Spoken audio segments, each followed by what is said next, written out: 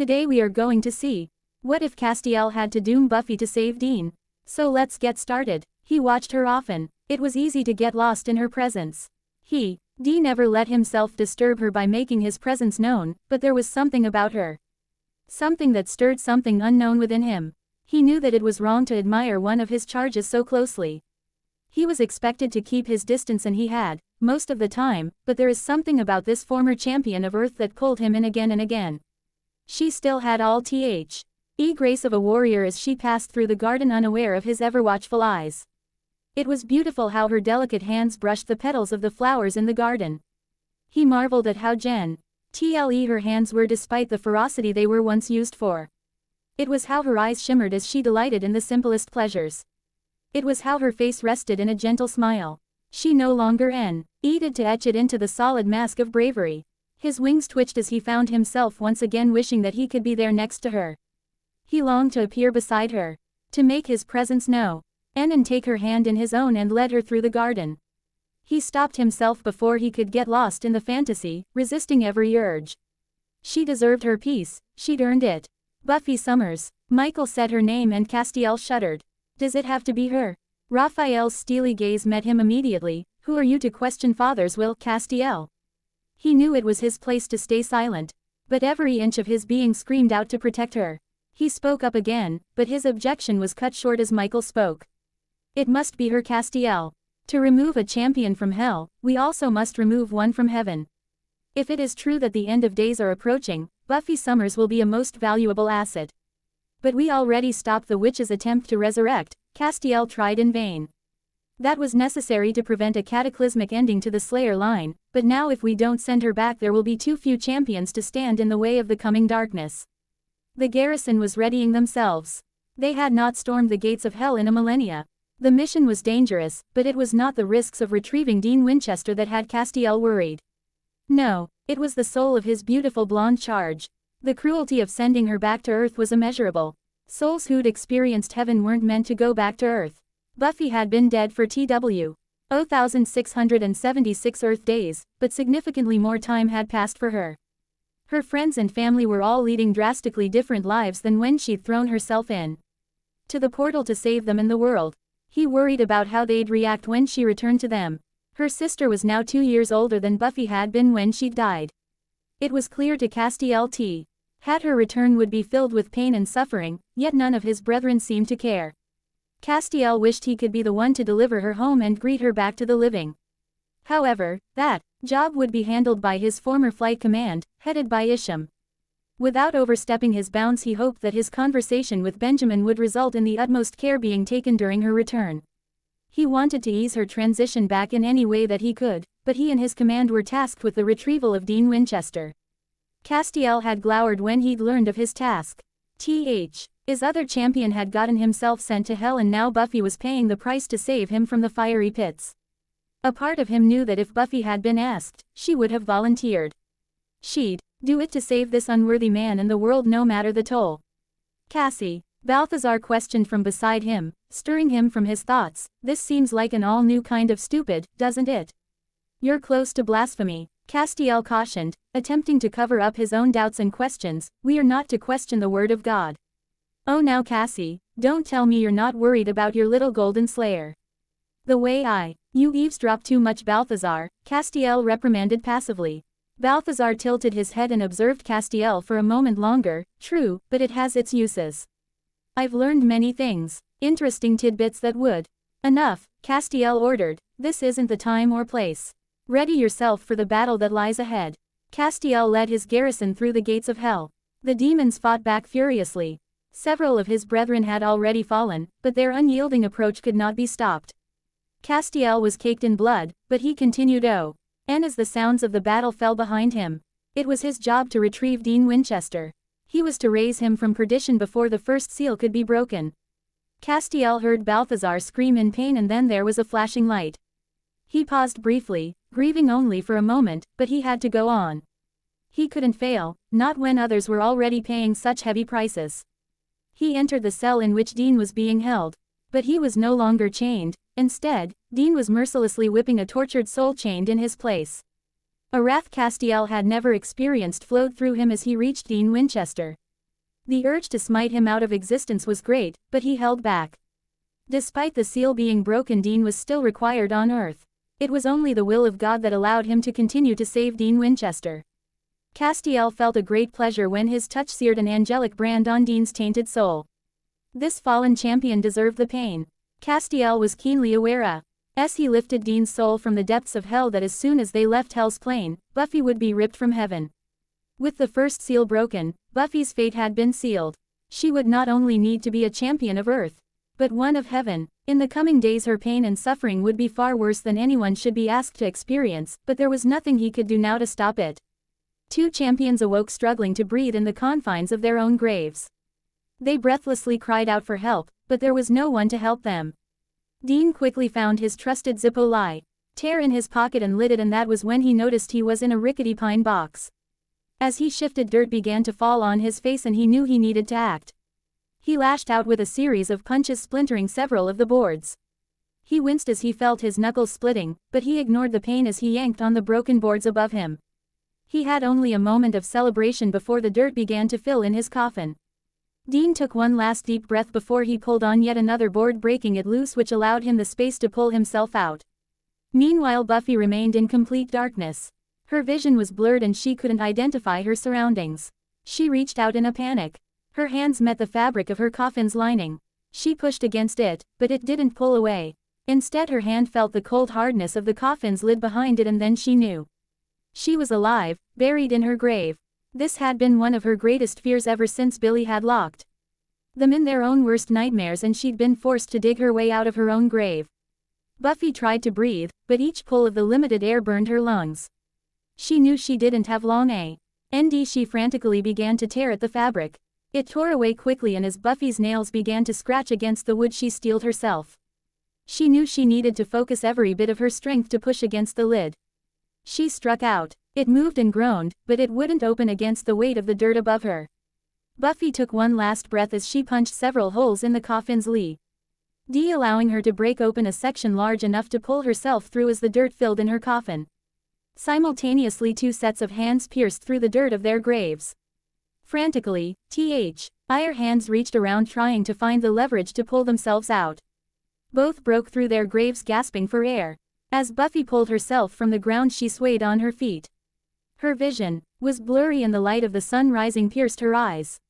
She raised her hands to shield her eyes, and that was when she noticed the blood and dirt caked on her hands. Buffy shuddered in pain and again cried out for help. This time she was met with a high-pitched piercing sound. She let out a scream of pain as she covered her ears and fell to her knees. As the sound ceased, Buffy once again opened her eyes, and despite her blurred vision she could finally make out the stone next to her. It was her own gravestone. Tears flooded Buffy's eyes as she remembered the feelings of peace and warmth. What had she done to be sent back? Her mind was fuzzy, but as she fought to clear it, suddenly she thought of Giles. He always knew what to do. She forced herself to her feet and made her way out the graveyard. Dean laid on the ground, catching his breath for several minutes before he fully opened his eyes.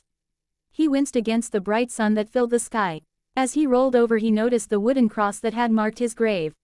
He found himself instantly grateful that somehow he was no longer in hell until he picked himself up and noticed the ring of fallen trees that had once surrounded his grave in the woods. Dean panicked. What had Sam done? Buffy's vision cleared as she made her way through the alleyways of downtown Sunnydale. She was relieved that due to the early hour the streets were quiet. But still she kept to the back streets, not wanting to risk being seen. She could feel how the dirt clung to her skin and filled her hair. While the residents of Sunnydale could ignore the many nightmares of the Helmuth, her appearance would have likely drawn their attention. Buffy had just entered the courtyard of Giles's apartment when she heard a door opening. She sank back into the shadows of the archway and watched as it was indeed Giles's door opening.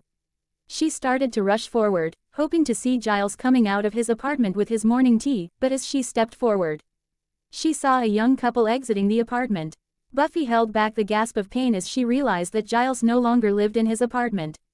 How long had she been gone? She wondered. Buffy watched as the couple exited through the other archway on the other side of the courtyard before she stepped forward.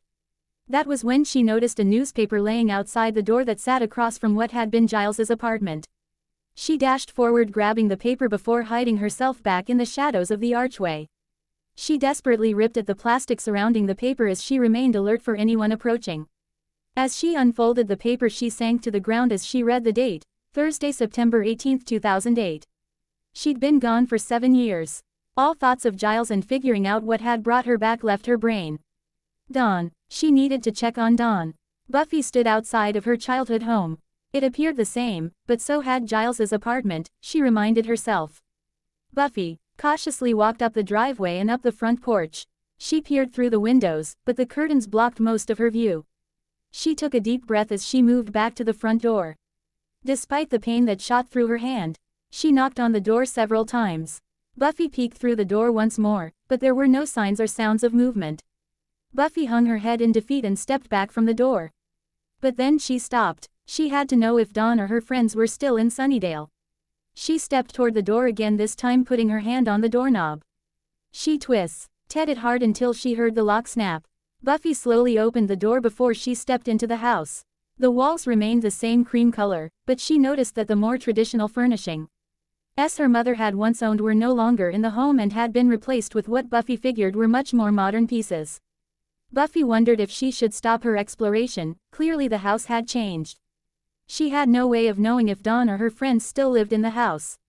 She'd been gone 7 years, she reminded herself. It was definitely possible that they had all moved on, and a part of her hoped they had. The Helmuth was dangerous, and without her here it would likely be more so. She hoped her friends had not fallen to the same deadly fate at the hands of the unforgiving Helmuth. She pushed herself forward into the living room. She immediately was drawn to the photographs on top of the mantel. The one in the middle caught her attention immediately. It was Willow, Tara, and Dawn. Buffy felt relief. They were still here, but then there was a sadness for all that she had missed. She clutched the framed photo tighter as she examined it. Willow and Tara stood on either side of a smiling Dawn. She was proudly holding up a Sunnydale High School diploma in her burgundy cap and gown. The screeching sound that had pierced her ears in the graveyard was once again surrounding her. Buffy dropped the frame as she covered her ears. The glass of the frame shattered silently against the piercing sound. Buffy cried out in pain as she sank to her knees, but then the sound was gone and suddenly she felt a presence behind her. It wasn't human. Buffy swung around, launching herself into a fighting position, but the beautiful black woman before her stopped her. Buffy Summers, champion of Earth, I mean you no harm. Quote, who are you? Buffy demanded fiercely. This must be a confusing time for you. I apologize, we had thought a champion such as yourself would be able to hear our true voices. Buffy tensed and once again readied herself for attack, which Benjamin took notice of immediately. You have nothing to fear, but Buffy didn't relax as Benjamin continued, I am an angel of the Lord. Tears flooded Buffy's eyes as the flashes of the beautiful sunny garden flashed through her mind. It had been real. Then why am I back? Her voice wavered as she attempted to hold back the flood of pain. You are once again needed as a champion of Earth in the approaching end of days. Benjamin stepped forward and placed 2 fingers onto her forehead. Buffy's vision suddenly went black as she fell to the ground. Buffy awoke to the sound of a fire crackling. Her nose twitched, tingling from the dust in the air. She looked around. She was no longer in her old home, but this place was familiar. She squinted her eyes as she shook her head, trying to clear the haze that was struggling to leave her mind. As she looked around again, it became obvious where she was. She was in the Crawford Street mansion that had once been Angel's home. How did I get here? Buffy murmured in confusion as she moved herself into a sitting position. She glanced down at the dress she was wearing. It was torn and covered in dirt. So this wasn't some strange dream. Then she noticed her knuckles was no longer torn and bleeding. She knew her Slayer healing wouldn't have repaired them so quickly. As she turned, her visual inspection focusing on the room around her, she noticed the pile of folded clothes sitting on the coffee table. Buffy reached for them, her fingertips gently brushing the fabric. Memories of her and Angel in a bright garden flooded her mind as she touched the abandoned workout pants and tank top. She was suddenly jolted out of her reverie as something tingled her senses. She looked around the room once more, trying to assess the situation. The heavy fabric that still covered all the windows and doorways always made it hard for to tell exactly what time it was, but lack of any glow around the curtains led Buffy to believe it was already night. Buffy's body shifted and flexed as her Slayer instincts surged as she began to recall the strange woman who'd appeared in her childhood home. She'd said she was an angel of the Lord before she'd reached out and touched her head. Then it had all gone black. Uncertainty flooded Buffy's body. She knew she wasn't lying. Buffy had vague memories of feeling similar presences around her before she'd been ripped out of heaven and returned to Sunnydale. Her instincts called out to her again, demanding that she needed to be ready. She had no idea what that angel had done to her or how long she'd been out. She needed to move, but she remained almost frozen. As her instincts surged for her to get up, to move, to run, her body remained still as grief took over her system. Why was she back? Why would they bring her back? The angel had said she was needed, but what had she done wrong to deserve such a punishment? Her memories of heaven were there, but the more she pushed herself to recall the specifics, the foggier the images were becoming, but the deep feelings of safety, warmth, and comfort remained. Now as she looked around, all she could feel was coldness and loss. Buffy shivered as she forced herself to her feet. A large part of her wanted to do nothing more than run and hide away, but her instincts screamed at her to stay. She could feel the presence of angels tugging at the edge of her senses. They were here and she needed to gather information. The war within her caused only a moment of hesitation before her slayer instincts won out. Buffy moved with the quietness of a lioness as she crept through the great room towards what had once been Angel's library. She could hear the hushed whispers as she entered the hall. Buffy moved closer toward the bend in the hall. Still she couldn't quite make out what the angels were saying, so she moved forward. As she rounded the corner, she came face to face with an auburn-haired woman. Buffy groaned internally. How did I miss the presence so close? She shifted her body into a defensive stance. You don't have anything to fear, Slayer, the woman told her, attempting to put her at ease, but the toneless nature of her voice did very little in convincing Buffy to relax. Buffy held her defensive position, her eyes darting to the others stepping into the hall. There was an older man with graying hair who was followed by the black woman Buffy had seen before. Who are you? Buffy demanded. I'm Isham, that is Mirabelle, he pointed at the auburn-haired woman in front of her before pointing at the black woman behind him, and that is Benjamin. We are the angels that delivered you back to Earth. But I was, Buffy mumbled as her brain struggled to unable to fully process the reality of her new situation. Did I do something wrong? Isham began to speak up, clearly impatient, but it was Benjamin stepped forward. This must be a lot for you to process. His face was sympathetic. You were in heaven for a long time, but that didn't change who or what you are. You are the Slayer, a champion of Earth, and you are needed. Tears filled Buffy's eyes as they confirmed what she'd hoped had been a mistake. She'd been dead for years. Heaven had been warm and comfortable and they had ripped her out of it to fight for the world she'd already sacrificed herself to save. She took a breath trying to calm the rapid thoughts coursing through her mind, but they wouldn't be silenced. What did they expect? How was she supposed to jump back into the fray? How could she be the hero they wanted? This wasn't supposed to be her fight any longer. Shouldn't there be others capable? Death was my gift, Buffy mumbled, shaking her head. Soon, her whole body was shaking. She swayed on her feet, overwhelmed. Benjamin stepped forward, slowly reaching out his hand. Buffy flashed to how her world had gone dark the last time he'd touched her. Don't touch me, she growled, jumping back. Benjamin didn't press further, instead he lowered his hand as he stepped back. He silently encouraged Isham and Mirabelle stepped back in, relaxing their own postures. Buffy relaxed only slightly with their increased distance. She knew there were so many more important questions she should be asking, but the only one she could form left her lips. Why would you bring me here? She motioned to the dusty surroundings of the mansion to clarify her question. We needed to speak with you alone, and this place once brought you great comfort. I hoped it would again, Benjamin explained softly. Buffy closed her eyes, a small smile appearing on her face as whispered to herself, Angel. She longed for his presence. The mansion felt cold and empty without him. It was never the place. It was always him, she corrected almost absently. He fought valiantly, but he died a champion's death a few years back, Benjamin informed her softly. I remember, Buffy whispered, tears filling her eyes. I remember talking with him in the gardens, but everything is so. Your memories of heaven will fade. It's for the best, Benjamin assured her. I'll never forget, Buffy whispered as tears ran down her face. The specifics will fade, but you're right. Nothing can fully erase the feelings of your time. My friends. Dawn. Buffy cut him off as the reality of being back truly hit her. They're alive, Benjamin confirmed. Their lives have changed in your absence, but your destiny. I want to see them, Buffy interrupted again as she began to back away. I need to go. We really need, Isham started, but Buffy cut him off, her grief and confusion turning to anger. Anger was easier. I get it. You've got your plans for me, she snapped, but you ripped me out of heaven. So whatever it is you need me to do can wait. I am going to see my sister and my friends. Buffy was surprised when the angels hadn't followed her. She wouldn't have thought they'd be so easily deterred from their plans, but Buffy didn't want to dwell on them or their plans. Not now. Now she'd focus on Dawn and her friends. Guilt twinged in her gut. She was still the Slayer.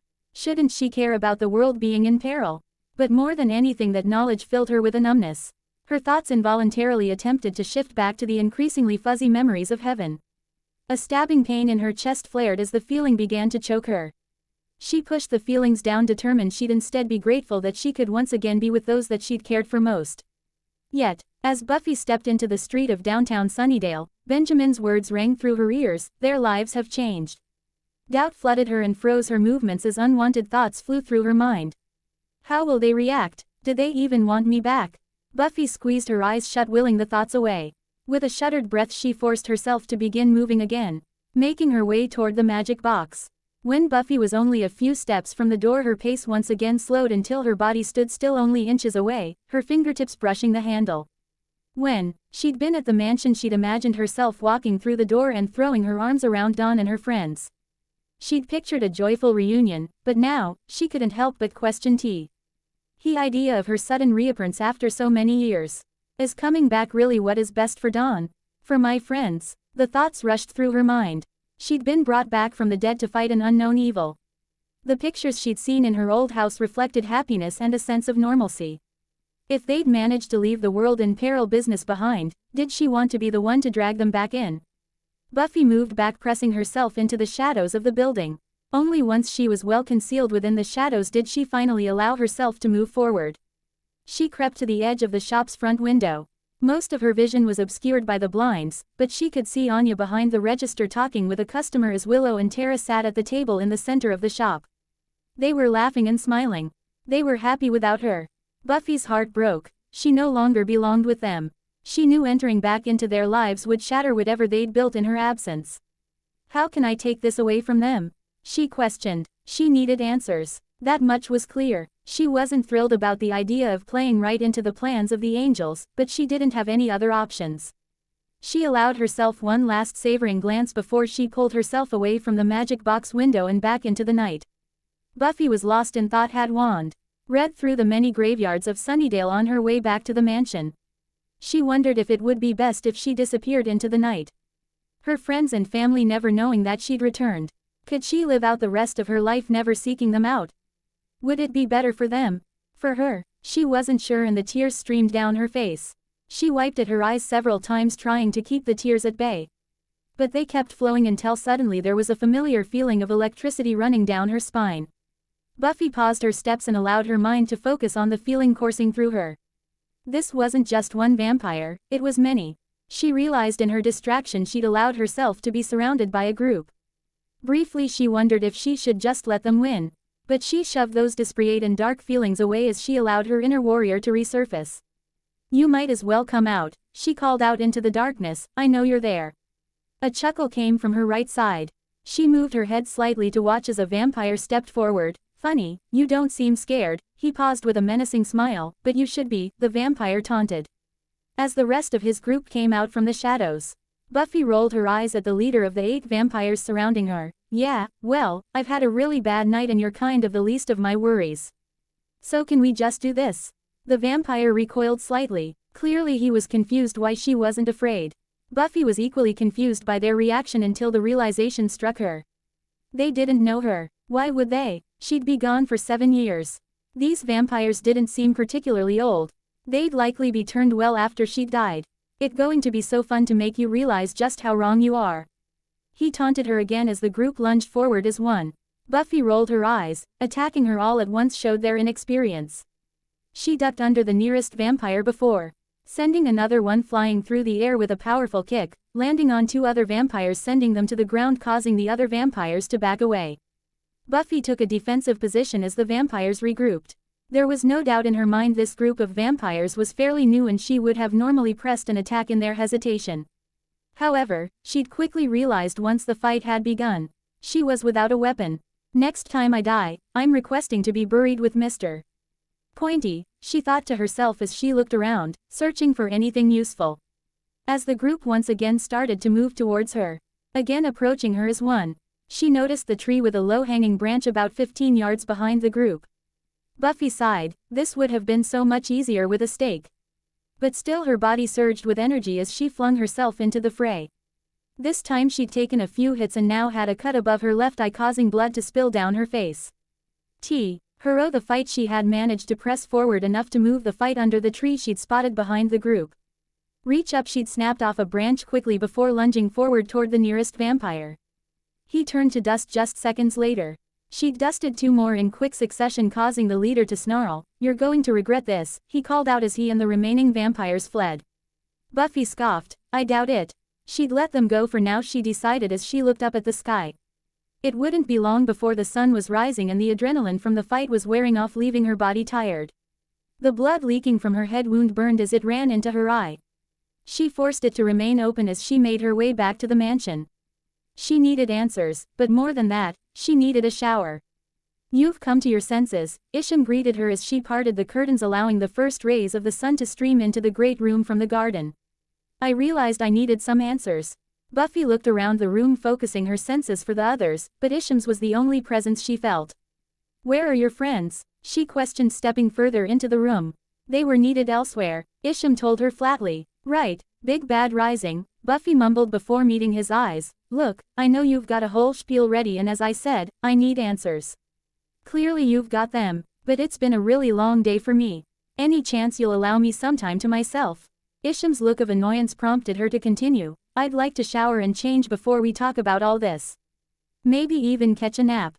Isham looked her over. Clearly he was assessing the amount of dirt and blood that covered her body. "Fine," he huffed. "There are a few things I need to take care of. We'll talk when I return." Quote. Before Buffy could reply he was gone with the sound of flapping wings. Buffy let out the breath she hadn't realized she was holding. She moved forward grabbing the clothes off the coffee table before heading into the room that had once been Angel's. Buffy turned the knobs of the shower before she moved to put the folded clothes on the counter. It had always taken the water a while to heat up. She looked into the cabinets under the counter and found one remaining towel and washcloth with a box of bar soap. Briefly she wondered why Angel had left these. Were they a just in case? She shook it briefly to clear the dust before she undressed herself slowly, hissing as a few wounds she hadn't realized she'd received were pulled by her motions. Buffy took a breath before she stepped into the shower.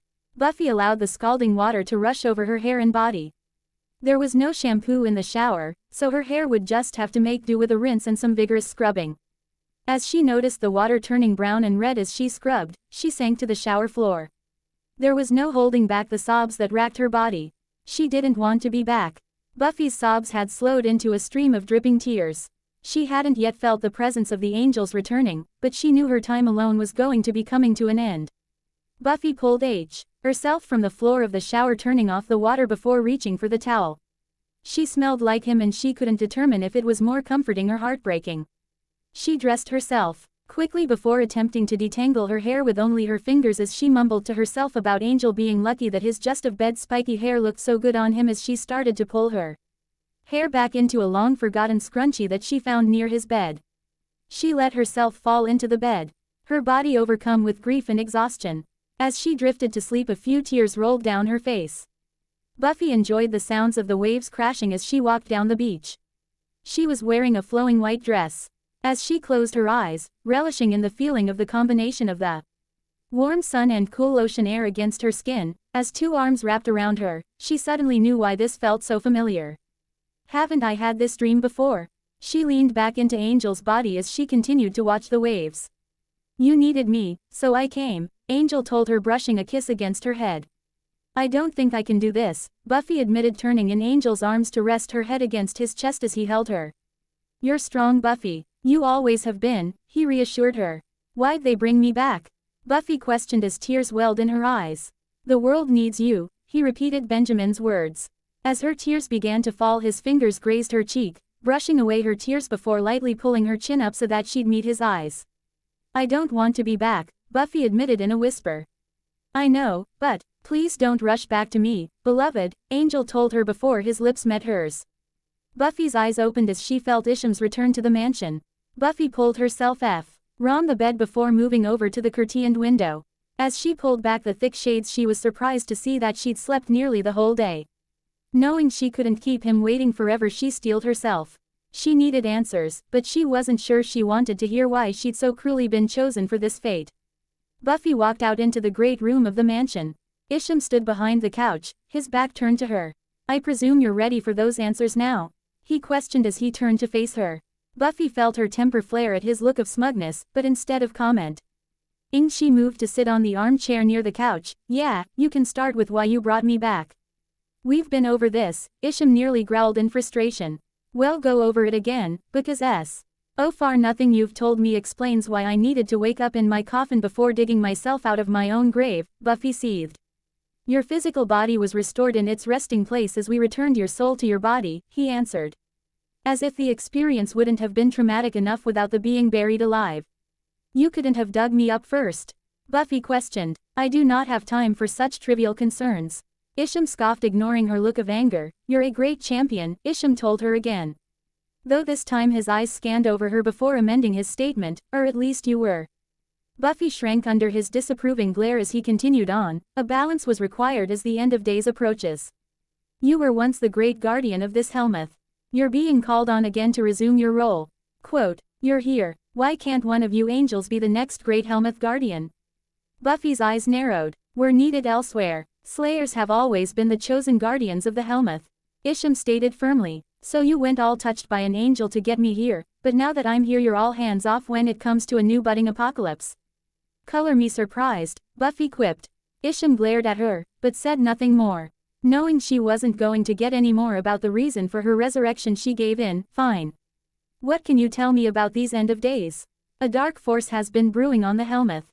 My orders were to return you to stem the tide of rising evil," Isham explained. Buffy knew handling this rising evil herself and keeping out of her friends' lives was no longer an option. An apocalypse was brewing and they'd never stand down. She wouldn't let them face this without her. She took a breath and then she stood. "Then. It sounds to me like we are going to need an army." Buffy walked over to the chest next to the door, only pausing to pull out a stake from the abandoned weapons chest before walking out of the mansion. Buffy's channeled rage was lessening as she walked further away from the mansion. Now the cold emptiness that was ever present was returning in force, yet her downward spiral was paused as her Slayer instincts flared. This was exactly what she needed. She needed to lose herself in the Slayer feelings. That drive to fight, win, and survive felt much better than the suffocating depression that had gripped her the moment she'd pulled herself from her own grave. Buffy stilled and focused her senses as she walked a little further into the cemetery. She recognized the sounds of a struggle and he took off towards them without any further thought as a young girl's scream reached her ear. Buffy slowed as she approached the scene. Two vampires were dragging a young girl towards a crypt. She oohed several feet back, hoping to encourage the vampires to have to leave the young girl to deal with her. "Don't you know, no means no," Buffy taunted confidently, drawing the attention of the two vampires. "Another snack," the vampire on the left sneered in a low voice. "I think you'll find your eyes are getting a little too big for your stomach," Buffy quipped right back as she moved into a fighting stance. Immediately the vampires rushed her and Buffy smiled that they'd left the girl as she'd hoped. The fighting was quick, the vampires themselves were sloppy and Buffy quickly dispatched of them, leaving her feeling unsatisfied. As she continued her patrol, her thoughts once again drifted back to the moment she'd seen her friends outside the magic box. It hurt to see them so happy when she'd been pulled from the very happiness she'd earned. Wouldn't I be doing the same things by stepping back into their lives after all this time? She questioned herself. She was losing confidence in her assertion she'd left the mansion with. Before her death she'd more often than not disagreed with the tradition of the Slayer being alone. Her friends and family had given her such strength. But now as she looked back, so many times she had been alone. She alone had faced Angelus, forcing her alone to stab the man she loved through the chest to stop the world from being sucked into hell. She meant what she said when she had answered me to Angelus, cruel taunting about what she had left when everything else had fallen away. She alone had died twice. Death had been her gift. She wondered, had it been her gift only because she hadn't been destined to live? She had been destined to die at 16 like so many Slayers before her. She alone had faced the Master. Her own memories rushed to correct her. She hadn't died permanently at the Master's hands because Xander. If he hadn't revived her, if she would have died, like she'd assumed she was going to when she'd follow the Anointed One. Yet, The darkest feelings deep within her surged forward. Would the powers above have still sent angels to pull her out of heaven to face off with the latest rising evil if she'd died then? Did they still want her, or would she have been left to rest in peace? As she left another empty cemetery, she wondered, if she died now, would they just send her back again? Angel's voice rang through her head, "Don't rush back to me, beloved," and it silenced her darkening thoughts. Buffy huffed in frustration. She'd been looking forward to taking out her inner turmoil on the local demon population, but it seemed that wasn't in the cards. Giving up, she turned to return to the mansion. She wasn't ready to face her friends just yet. They deserved better than the broken shell the angels had revived. The Scoobies sat around the magic box table waiting for Faith. They'd agreed to meet up after Faith's sweep of the town. Why couldn't we do this before her patrol? Xander questioned the group with a yawn. Anya nodded in agreement. Not all of us are blessed with superpowers that allow us to function on so little sleep, she complained before laying her head on Xander's shoulder. We're still trying to connect the rise in activity and rise of new demons, Willow explained, putting down the book she'd been reading. But again, why does that need to happen after a patrol? Xander questioned. A new weirdness might be the missing link, Willow informed with a hint of annoyance. They'd discussed this a few days ago when they'd hit yet another dead end in the research. Tara squeezed Willow's hand under the table as she offered her a reassuring smile. The bell on the magic box door jingled as Faith entered. Finally, news, Xander celebrated. Faith shot Xander a curious look, but didn't comment when she noticed Willow's eye roll. Anything weird to report? Xander questioned in a hurry. Yeah, Faith replied, causing Xander's shoulders to slump, but not in the way we were expecting. Faith informed them as she moved to sit at the table with the rest of the group. No new beasties? Willow questioned. Not just no new demons, there wasn't any activity, Faith explained. No monsters, isn't that what we want? Tara posed a little hopefully. You'd think so, but I agree with Faith. Willow squeezed her hand. After the increased demonic presence, ghosts at the high school, the strange break-in at the house yesterday. Quietness is concerning. So we're back to square one. Xander groaned. It does seem to resemble square one, Willow agreed. So we can go? Anya questioned, finally pulling her head off of Xander's shoulder. Yeah, we can call it a night, Willow told the group. There isn't much more we can do until something more comes up that can connect what's been going on. Faith pushed back her chair. I've got my shift at Willie's tomorrow. I'll definitely question the regulars. They've usually got something. Buffy winced as she was awoken by the sun streaming through the window. Regret NG, she'd forgotten to close the thick curtains the night before. She pulled herself from Angel's bed, shutting them before returning to the spot she'd left. This time covering herself completely within the blankets. When she woke up again, she hadn't remembered falling back asleep, but now her stomach was protesting, making her realize she hadn't eaten since she'd come back. Still, that wasn't enough to pull her from the bed. She wasn't tired, but her body felt exhausted and she retreated back under the covers of the bed, hoping sleep would soon take her so she wouldn't have to think about the fact last night. She'd told herself she'd make a plan for what to do next. She laid there for several moments, but when sleep refused her, she groaned, throwing the covers from over her head. She missed Giles. He'd always known what to do. She just wished she could talk to him.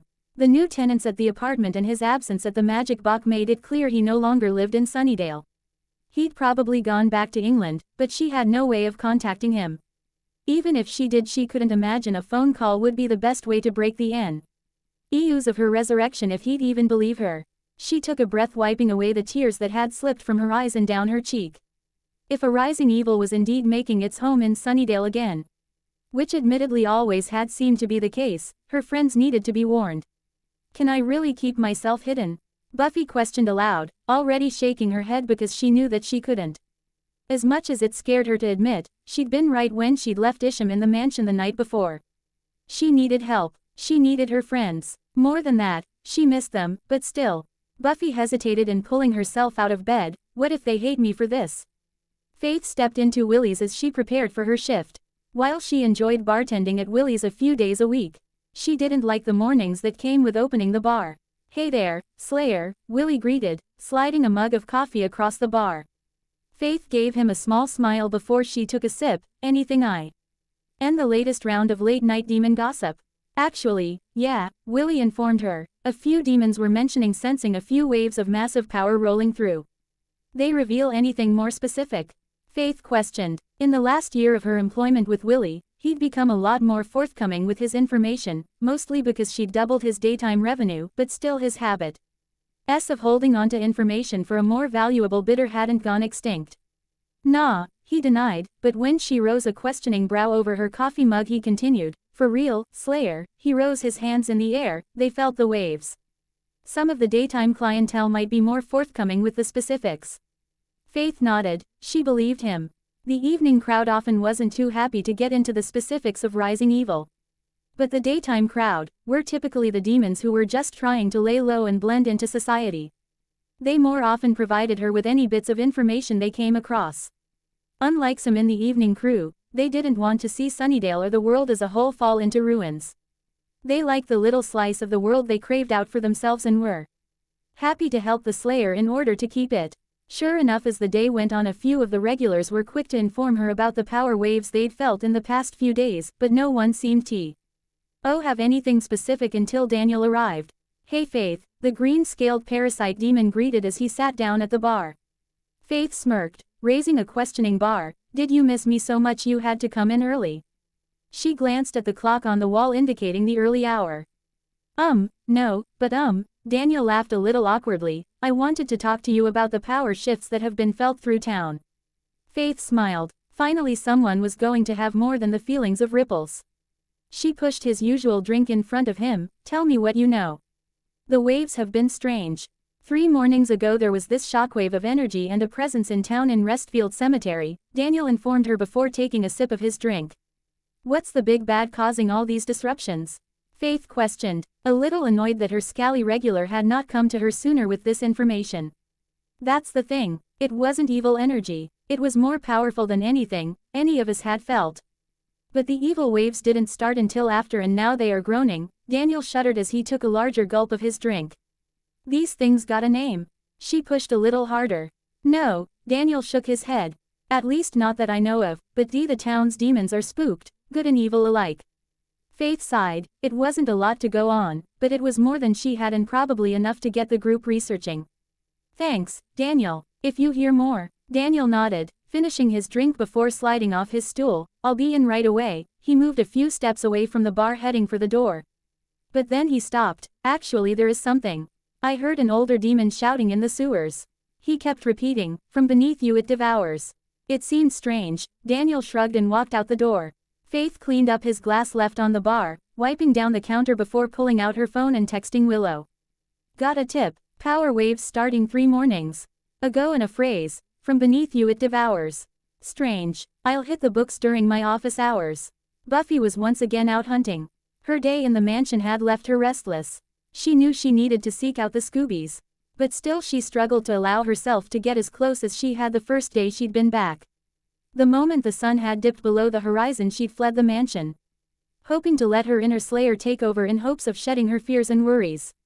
While being brought back sucked beyond the telling of it, but the one thing she had going for her was that she could defunnel all of those negative feelings into kicking some major demon ass. Unfortunately, for her, tonight had been slow. Only a few fledgling stakings. The latest of which hadn't even made it out of his grave before she'd staked him through the heart, unwilling to wait for another disappointing fight and allowing the numbness of her Slayer's shield to crack a little further. As she stood, placing her stake back into its hiding place, a voice from her past sent tingles up her spine. You must be some kind of stupid to take that form around here. Buffy turned immediately to find Faith standing only a few feet away. Faith. Before Buffy could say anything else, Faith was rushing her. She'd thrown several punches and kicks, which Buffy had managed to block, but it was clear Faith had improved in her fighting skills since their last encounter. Faith, please, Buffy tried again, but Faith just growled and came back more aggressively in her blows. This time several of them landed. Buffy was pretty sure she felt one of her ribs cracking. It is me, Buffy pleaded again with Faith as she blocked several more incoming hits. Nice try, but you shape-shifting bastards aren't going to be fooling me again, Faith growled. This time she pulled out her silver dagger as she advanced on Buffy.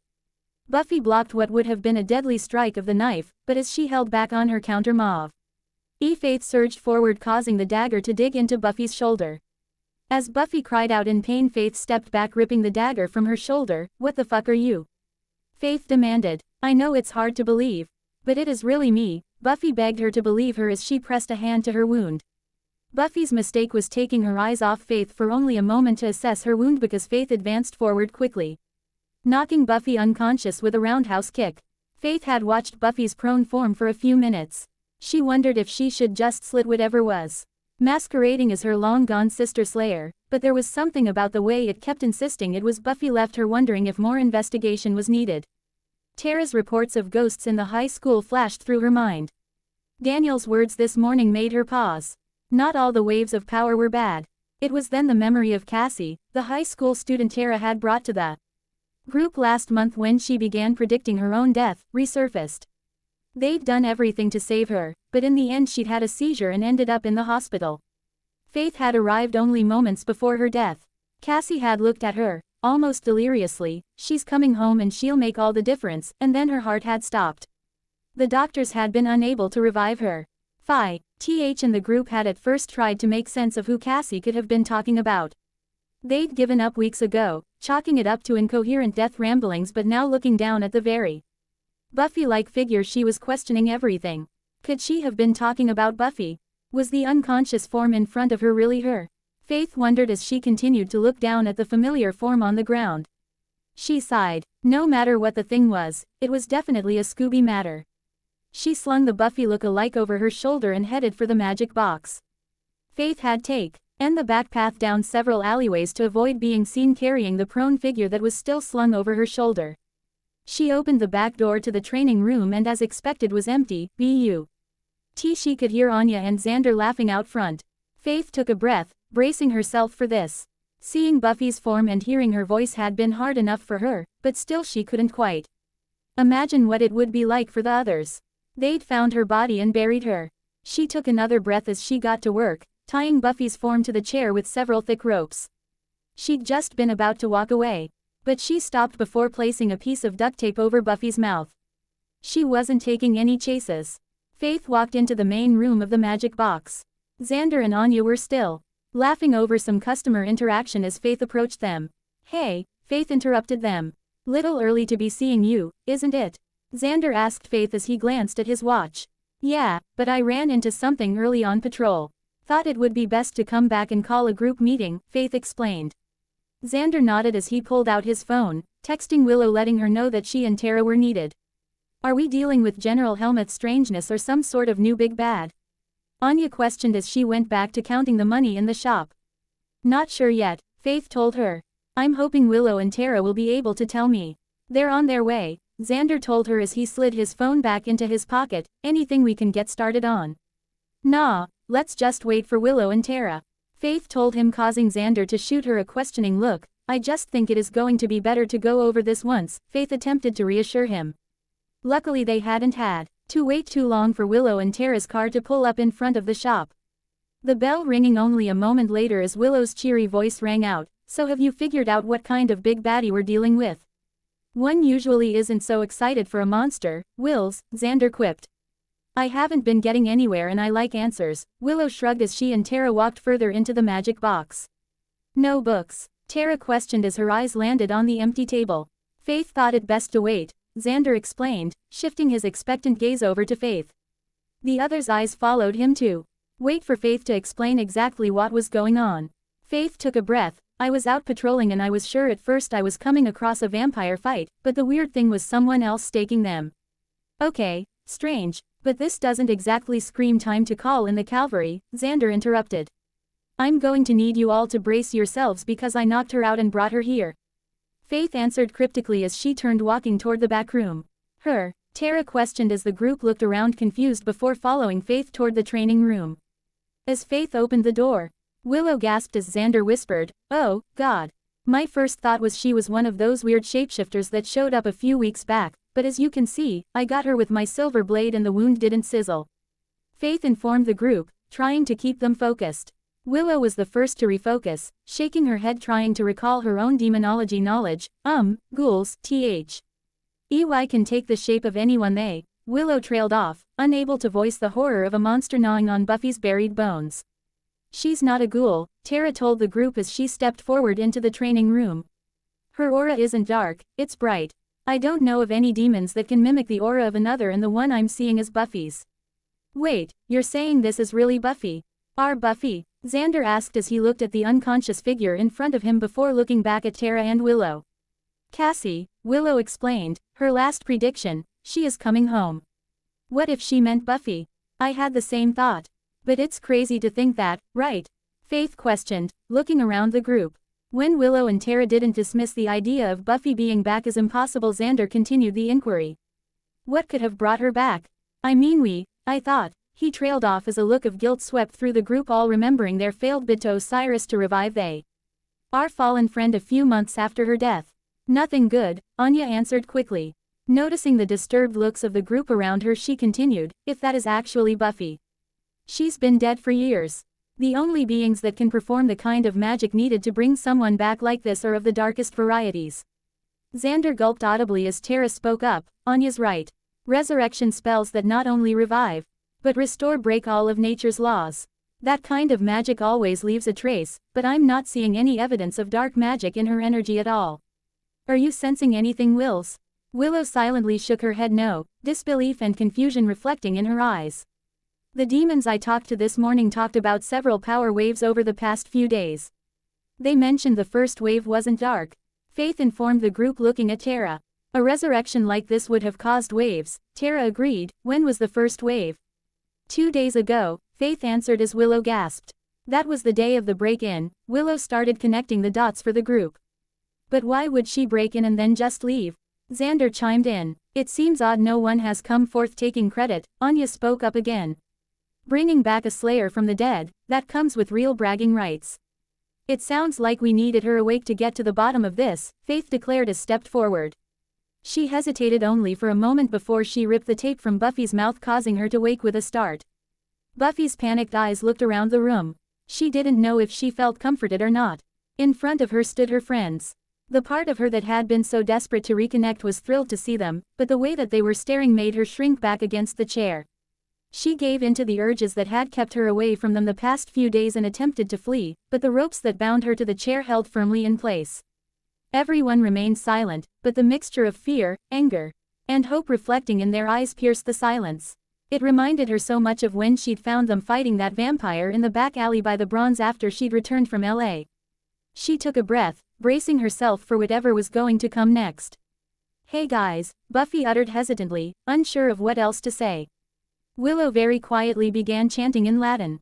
Buffy looked around the room hoping to understand exactly what was happening. Panic rose in her as her skin began tingling, and then suddenly her skin was giving off a golden glow. Will? Xander questioned, but the question went unanswered as Willow turned to Faith. It's Buffy, Willow confirmed, her voice cracking as tears sprung in her eyes. Cut her loose. Faith raised an eyebrow, but when both Willow and Tara nodded, she moved forward, pulling out her silver knife. As the ropes fell away onto the ground, Buffy felt herself being lifted from the chair into a tight embrace. Faith's arms were wrapped tightly around her. Buffy fought the urge to shirk the embrace from her sister Slayer. She reminded herself that several years had passed, that Faith was likely no longer the woman she'd once known. Faith pulled back, a huge smile on her face, as she wrapped an arm around her shoulders and led her over to the rest of the group. We should have known that not even death would keep you out of the game. Buffy forced herself to smile. I know this is a bit of a shock. The air in Buffy's lungs was forced out of her body with an audible grunt as Willow and Xander rushed forward to wrap their arms around her.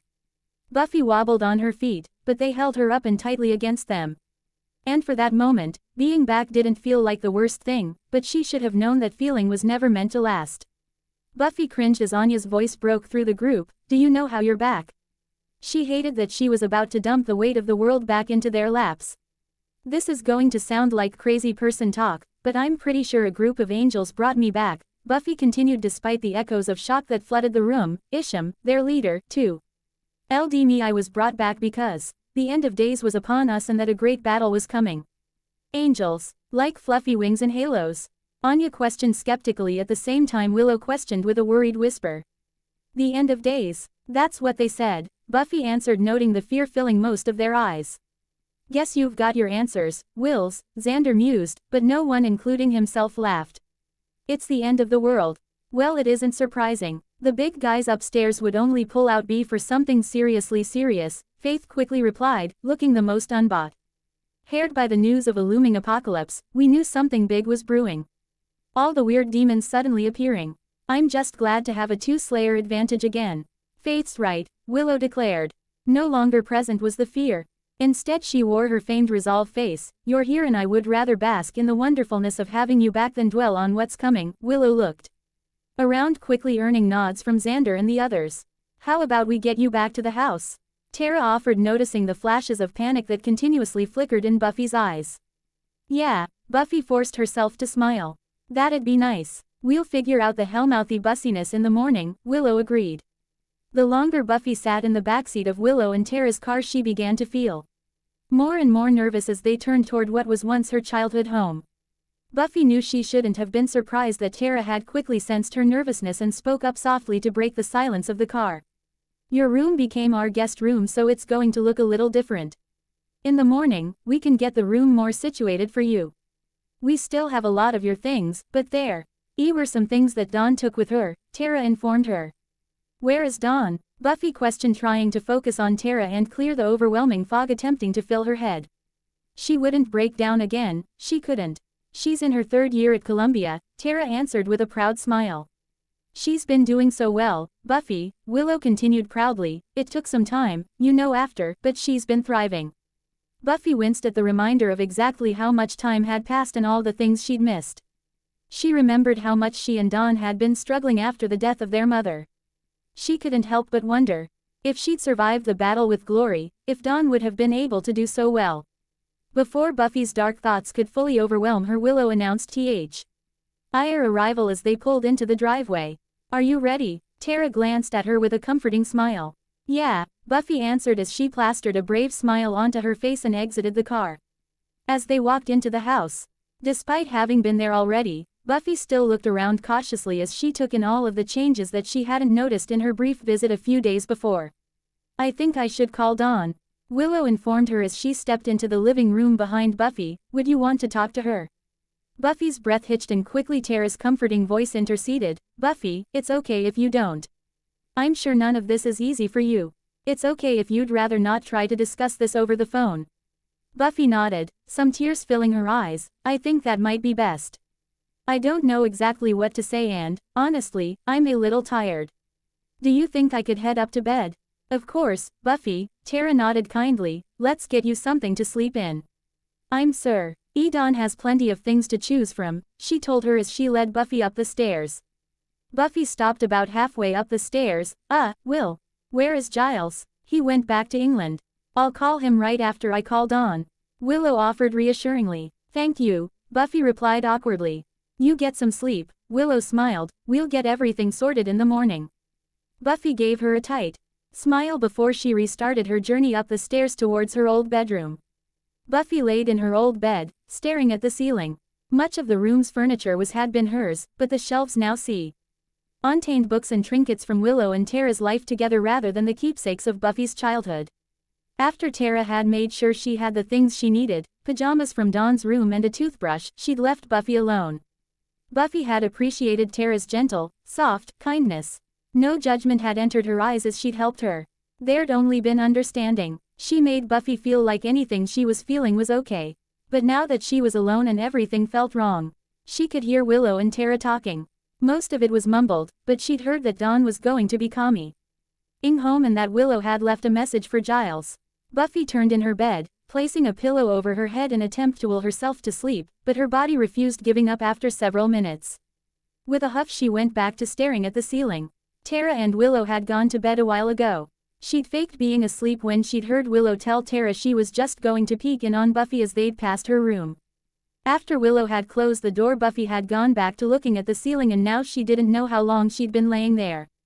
But the longer she laid in her former room, the stronger a deep urge welled up within her to escape.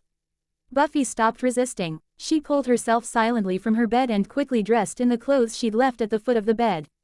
The only thing that felt like it hadn't changed was her ability to sneak unnoticed through the window of her room. She hadn't had to do it as often after her mom had found out she was the Slayer, but even in the months before her death, she'd done it on occasion when she hadn't wanted to worry Dawn or the others with any newly acquired injuries. Castiel knew he wasn't supposed to be here. He had his own champion to sort out. which had not been going well. So far not a single attempt to contact his champion had gone as planned. He'd destroyed a gas station, burned out a woman's eyes as she'd summoned his true form, and most recently destroyed a motel room.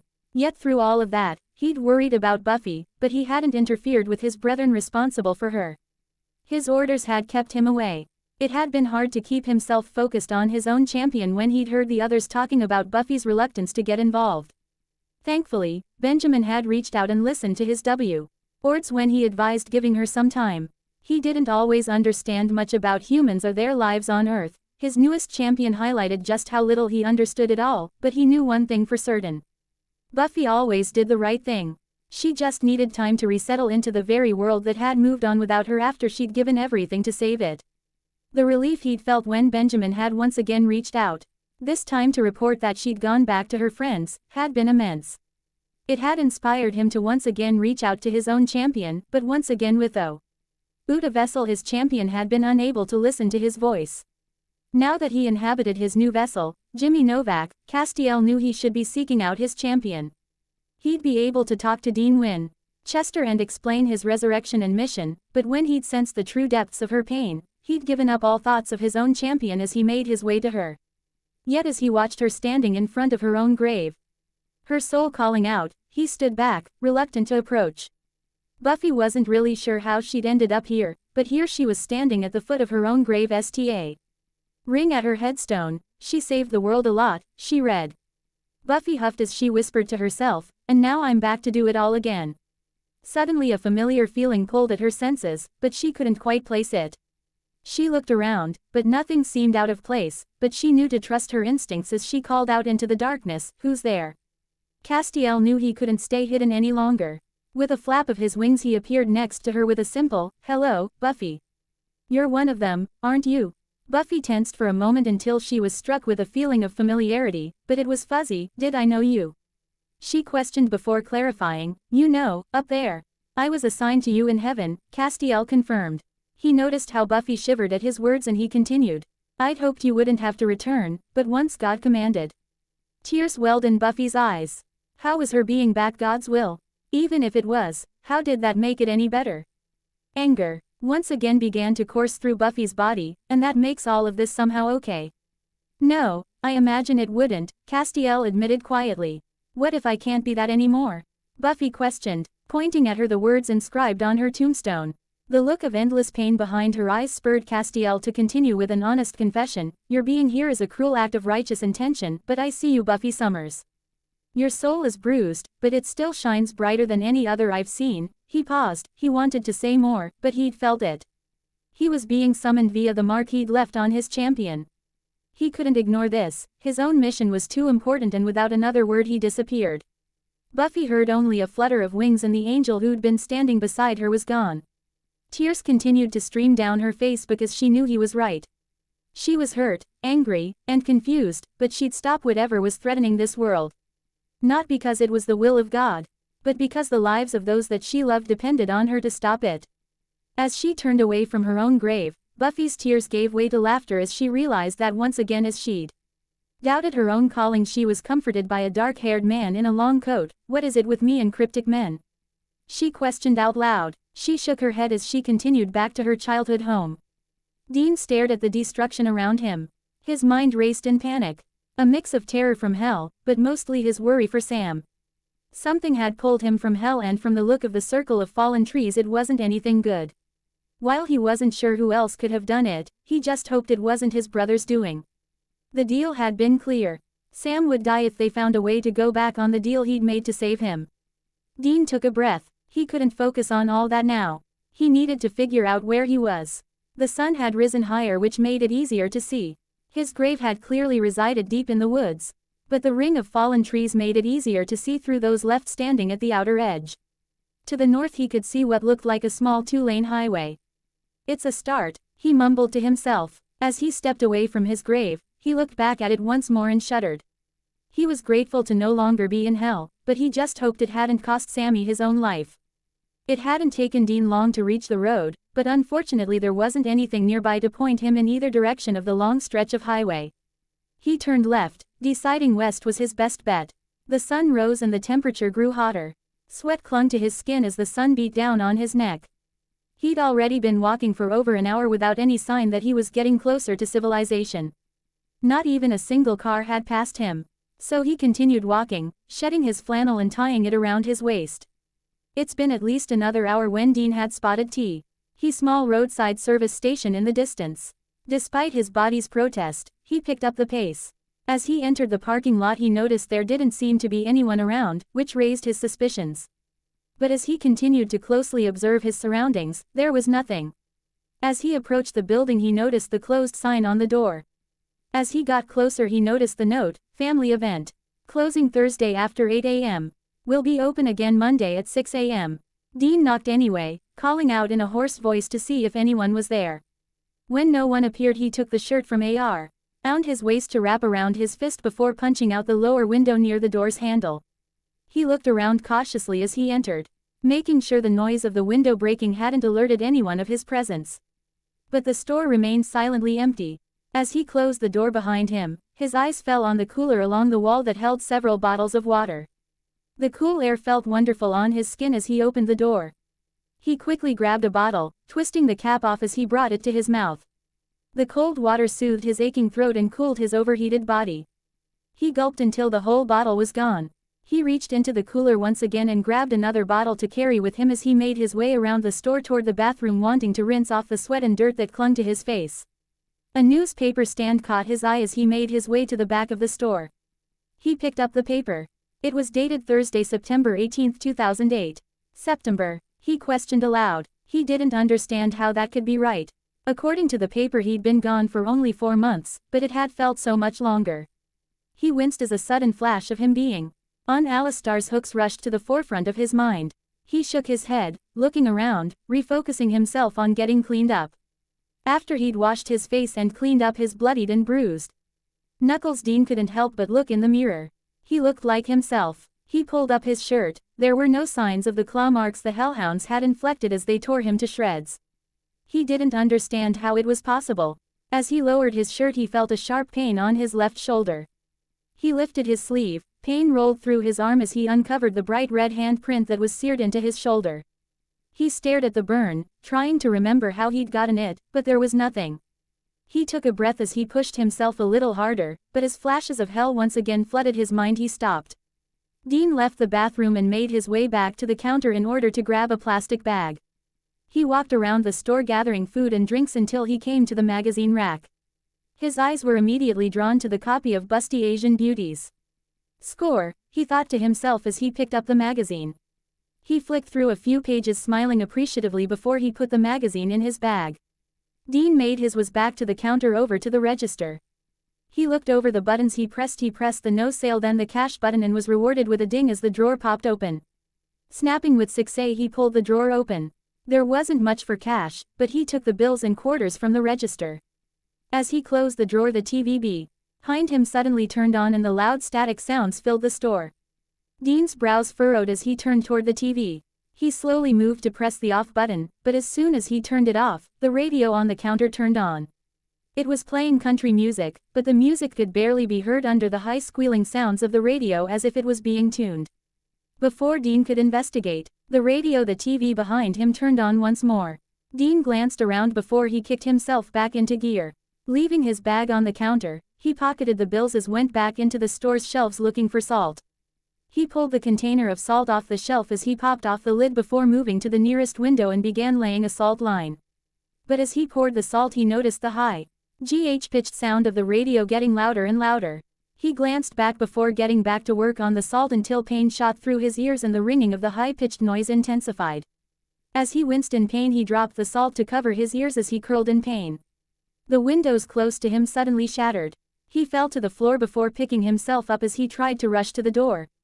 But those windows shattered as he reached for the handle once again sending him to the floor.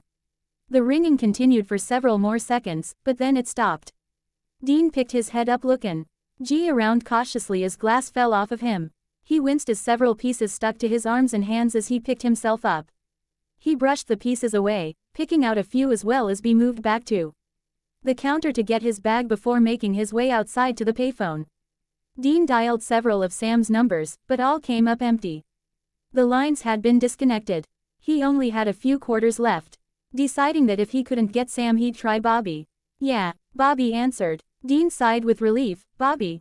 He questioned excitedly. Yeah, came Bobby's rough reply. It's me, Dean told him excitedly. Who's, me? Bobby questioned. Dean told him, and then the line went dead. Annoyed, Dean put the phone back on the receiver before using the last of his quarters to call Bobby one last time.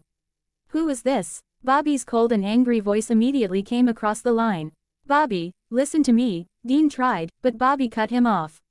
This ain't funny. Call again and I'll kill you, Bobby told him before ending the call. Dean looked around, unsure of what to do next, but not far off in the grass was an old beat-up car. Dean looked at it skeptically. He wasn't sure it would work, but not wanting to continue walking for miles on end in the unforgiving heat, he decided it was worth a shot. Dean felt his hopes waned when the car was unlocked. He checked the obvious areas. There were no keys left inside or around the vehicle. Reaching down, he worked to attempt to hotwire the car. He was pleasantly surprised when he heard the engine begin to sputter with his efforts.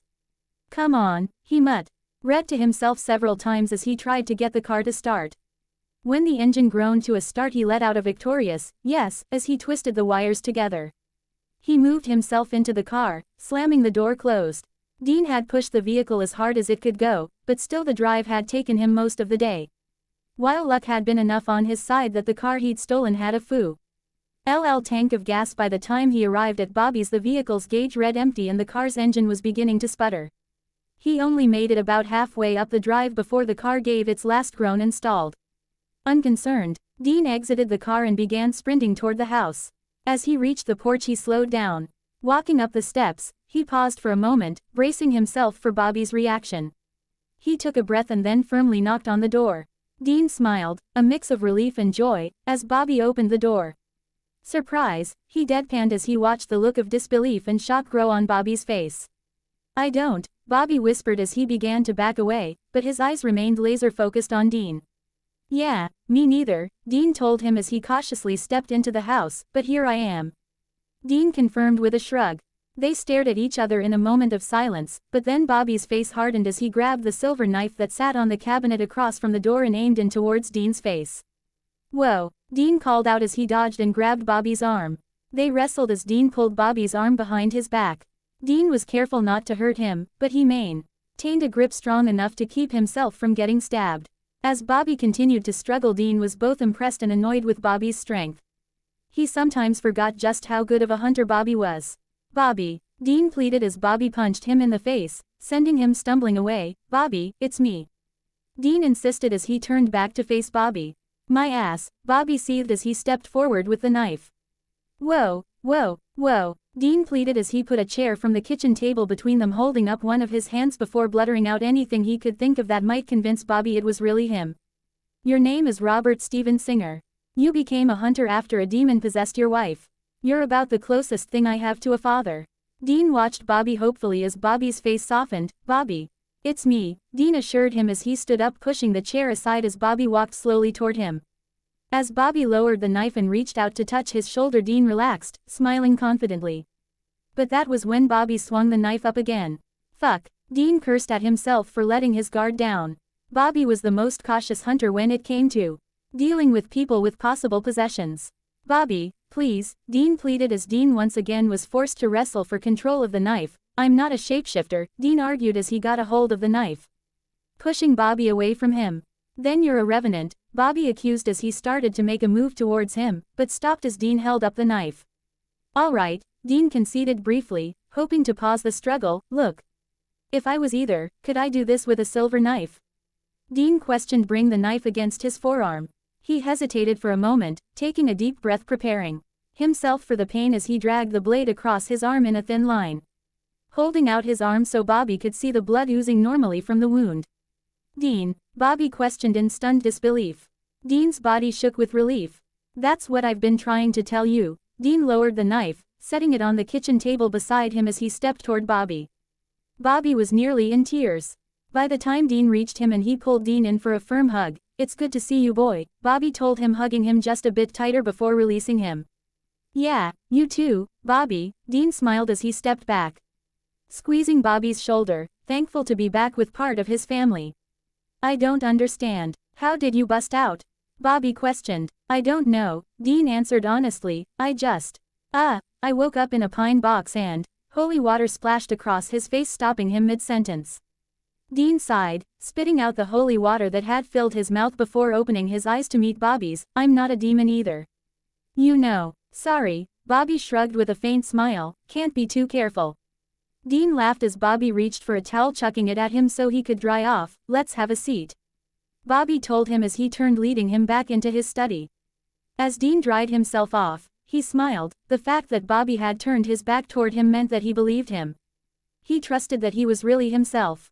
Relief flooded him, but then he wondered if he'd have a similar encounter with Sam once he tracked him down.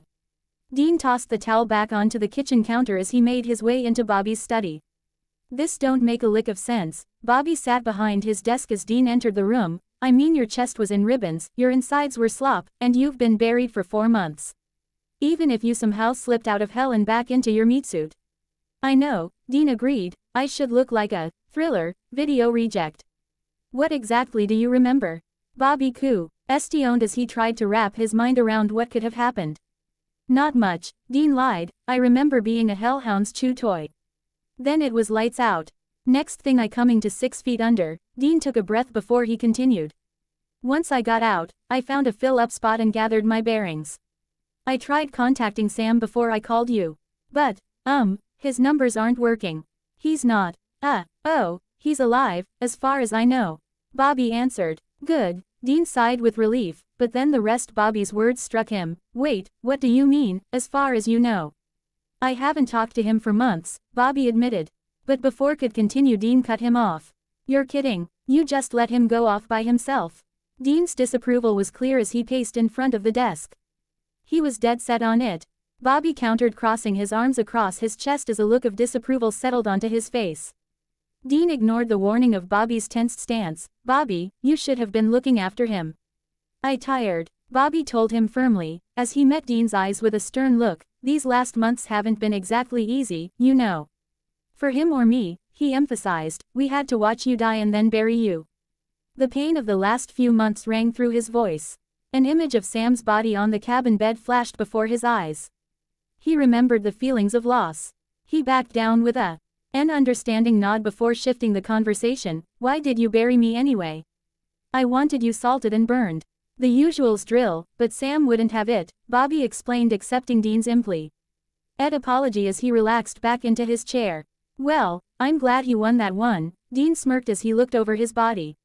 Sam said you'd need a body when he got you home somehow. Bobby paused for a moment. Actually, that was about all he said before he what? Dean urged. He took off and stopped returning my calls, Bobby answered. I tried to find him, but he don't want to be found. Oh damn it, Sammy, Dean groaned, rubbing his hands over his face. I guess we got our answer of how I'm back. Dean shook his head, but whatever he did, it's some seriously bad mojo, Bobby. It usually is, Bobby agreed with a knowing look in his eyes. Dean looked down, the guilt of the pain his deal had caused hitting him.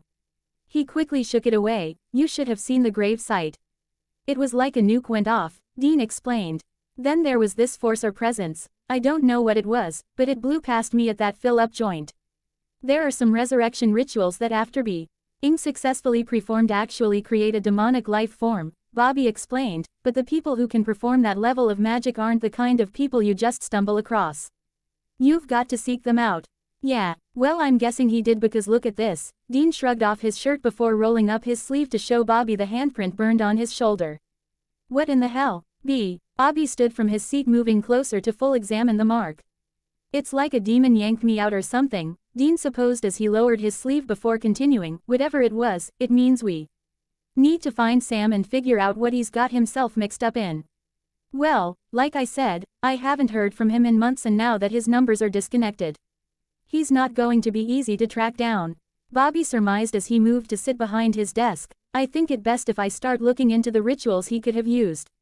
Bobby stopped Dean from voicing his objection to the plan by suggesting that he get himself cleaned up before taking the lead in finding Sam. Bobby knew Dean wanted to argue, but when he stopped himself and agreed with a reluctant nod, Bobby was pleasantly surprised. You've still got some clothes up in the room upstairs. I hadn't been able to. Bobby trailed off as the emotion welled in his voice. Thanks, Bobby, Dean smiled as he went up the stairs. He hated that Bobby was right. Sam didn't want to be found and had certainly covered his tracks on his way to wherever he was. He knew the first step in finding him was going to be figuring out his current CELL phone number so that he could track his phone, but since it was already well after 5 on a Thursday, even with a number, he wasn't going to be able to get anywhere until the morning. As Dean descended the stairs, he noticed that Bobby was back to work returning Hunter's calls. Dean took a breath. It felt so good to be back. Suddenly a flash of hell came to the forefront of his mind, but quickly Dean pushed it away. I'm not there anymore, he reminded himself. Thanks, Ellen, if you hear from him let me know, Bobby said into the phone as he finished the note on his desk before hanging up the phone with a quick goodbye before looking up at Dean and holding out a piece of paper between his 2 fingers. Ellen had a newer number for Sam. You want to give it a call or should I? Well, given your reaction to my call, it might be best if the news comes from you, Dean answered. He was dying to talk to Sam, but maybe letting Bobby talk to him first would help to ease his reaction to him. He wasn't eager to repeat his experience with Bobby. Sam wouldn't be as easy to stop if he was determined to end him. Bobby eyed him a little cautiously. He was surprised Dean would hold off on the call. He didn't disagree with his assessment, but it wasn't exactly like Dean to hold back where his brother was concerned. Bobby flicked the paper back, setting it onto his desk before reaching for the phone to dial the number. The disappointment on Bobby's face was enough to let him know that their call wouldn't be reaching Sam. Disconnected too.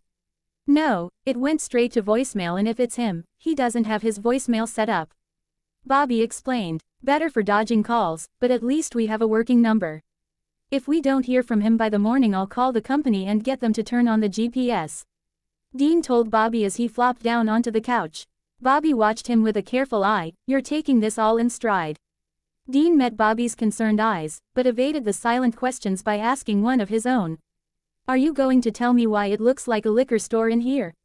Like I said, it hasn't exactly been easy, Bobby answered, then raised an expectant brow. I'm dying to see Sammy. But I'd like to avoid another near stabbing. I'd hate end up right back in the ground. Dean tried to play it off as a joke, but Bobby saw through his mask of humor. Bobby watched him closely for only another moment before deciding to drop the matter, for now at least. He glanced at his clock before smiling at Dean. I'm guessing you haven't had much to eat. Can I interest you in a celebratory burger and beer? Now you're speaking my language, Dean smiled as he rubbed his hands together excitedly. Dean sat at the breakfast table anxiously glancing at the clock as Bobby placed the bacon and eggs onto the table.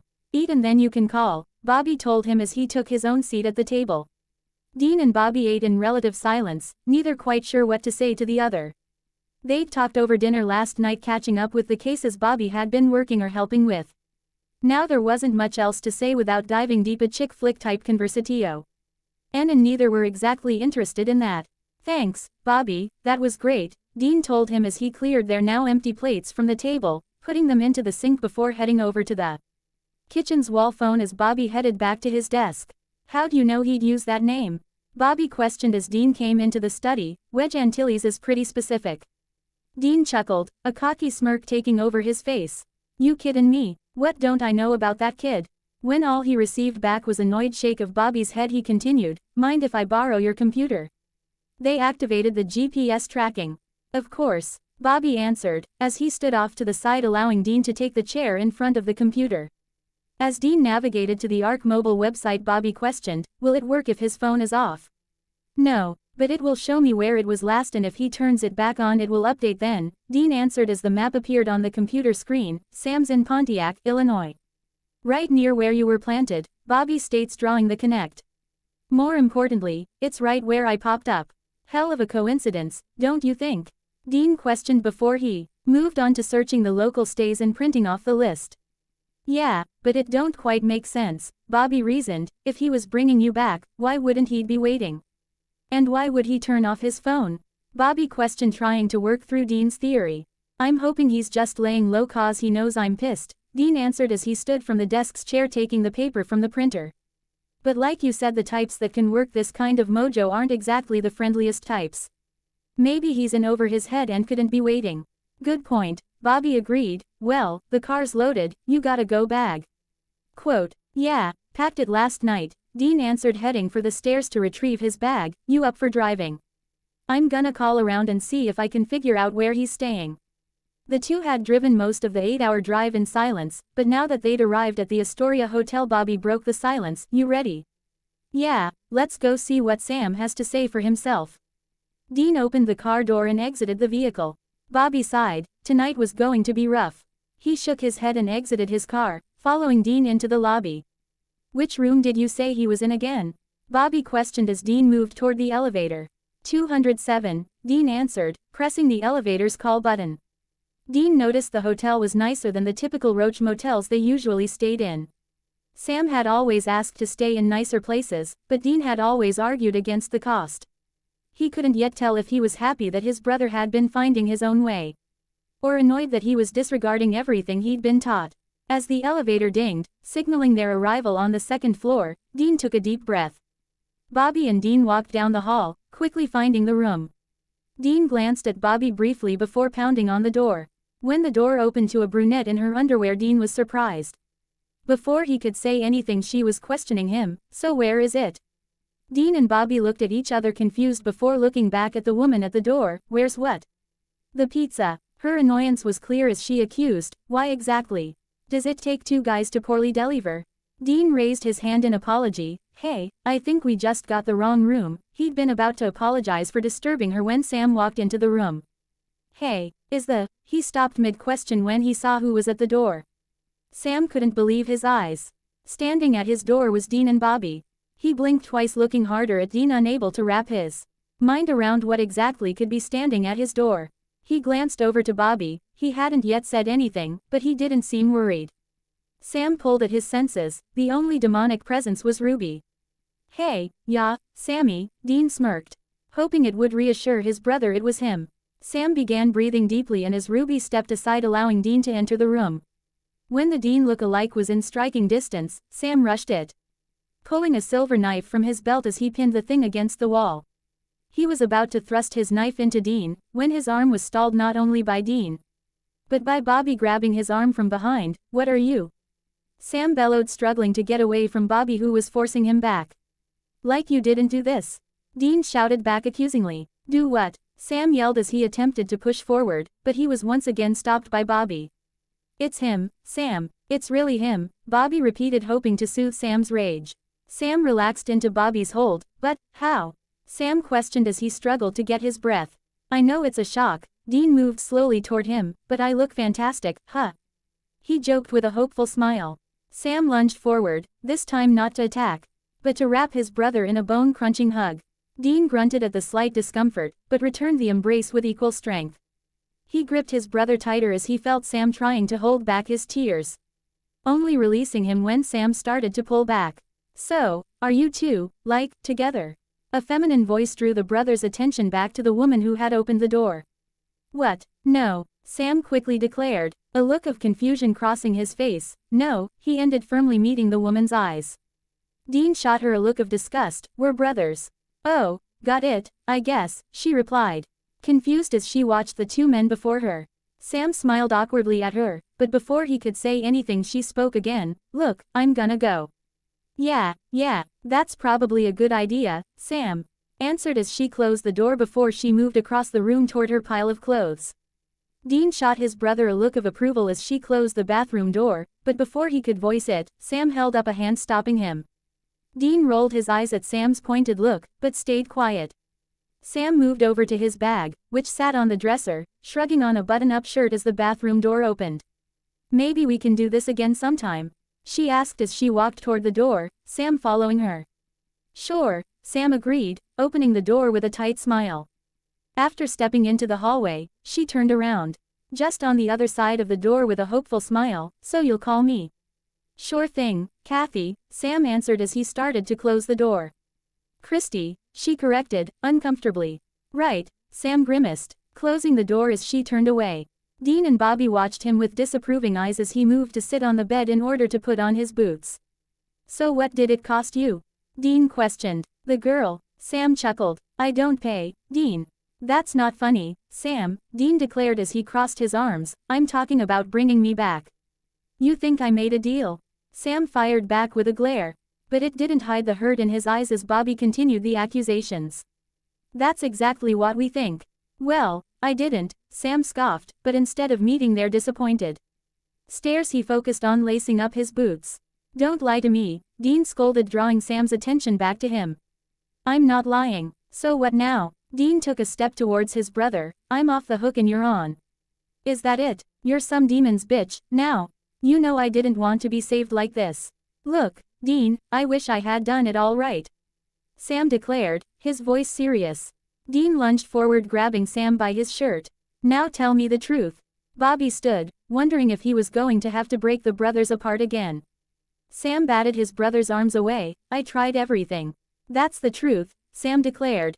I tried opening the Devil's Gate and I tried to bargain, Dean, but no one, and I mean no one, would deal. Dean's heart shattered at Sam's admission. Sam cut him off. You were rotting in hell for months, Dean, and I couldn't stop it. So, I'm sorry. I failed. It wasn't me that brought you back. Tears filled Sam's eyes. I'm just so sorry, Dean. It's okay, Sammy. Dean pulled his brother back into his arms. He believed him. He hadn't brought him back, and even though he was pissed Sam had even tried, he didn't push the issue because more than anything he was just grateful to be back with his brother. You don't have to apologize. I believe you. Dean clapped Sam's back before pulling away, meeting his eyes seriously. Don't get me wrong, Bobby piped up. I am glad that Sam's soul remains intact, but that does raise a sticky question. If he didn't pull me out, then what did? Dean finished. They each looked at each other, hoping one of them would have an answer. But it was clear they were all in the dark. It was Bobby who broke the silence, asking Sam, "You got any beer?" Sam nodded, moving toward the mini frigid to retrieve 3 bottles as Bobby returned to his seat on the hotel's loveseat, while Dean sat on the coffee table. If you weren't digging me out of my grave, what brought you out here? Dean questioned as Sam handed out the beers. Well, once it became clear I couldn't save you, Sam began, sitting on the edge of the bed, I started hunting down Lilith, trying to get some payback. All by yourself? Bobby questioned carefully. Who do you think you are? Your old man. I should have called. I'm sorry that I didn't, Bobby, Sam apologized, honestly. Yeah, well, we both should have done better, Bobby admitted, sipping at his beer. So chasing Lilith brought you here? Dean questioned, moving the conversation back to the mystery behind his resurrection. No, not exactly. I was checking out some demons down in Tennessee when suddenly they made a hard left and booked it up here, Sam answered. When was that? Bobby asked as the pieces were starting to align. Yesterday morning, Sam answered. Right when I busted out, Dean added. You think the demons came here for you? Sam asked, unable to keep the worry out of his voice. Seems the most likely, Dean answered, looking at Bobby to confirm his thinking. That's a possibility, but what if they're not here for you? Bobby challenged, but rather the thing that brought you back. How do you know a demon brought you back? Sam's concerned eyes glanced between Bobby and Dean. Dean sighed before he shrugged out of his overshirt enough to pull up his t-shirt sleeve, revealing the handprint on his shoulder. Sam's eyes widened in surprise before he leaned in closer to inspect the wound. But he didn't get more than a second glance before Dean was pulling down his sleeve and pulling his flannel back into place. Bobby glanced over Dean carefully. How are you feeling anyway? Dean glanced at Bobby curiously. Little hungry. I was hoping Sam's pizza would have gotten here by now. Then his head whipped toward Sam. You think Christie intercepted it in the lobby? Sam chuckled. We'll go get you a burger. That wasn't what I meant, Bobby clarified. I was asking if you feel like you, or if you feel different or strange. Or demonic, Dean groaned. How many times do we have to go through this, Bobby? I'm not possessed. Yeah, well listen, Bobby's voice was serious. So far a demon pulling you out is the best idea we've got of how you're out. Here is no demons letting you loose out of the goodness of its hearts. It means they've got a nasty plan, and like it or not you're a part of it. I feel fine, Dean huffed as he turned toward Bobby pulling the collar of his t-shirt down, revealing his anti-possession tattoo still perfectly intact. No demons getting in here, all right.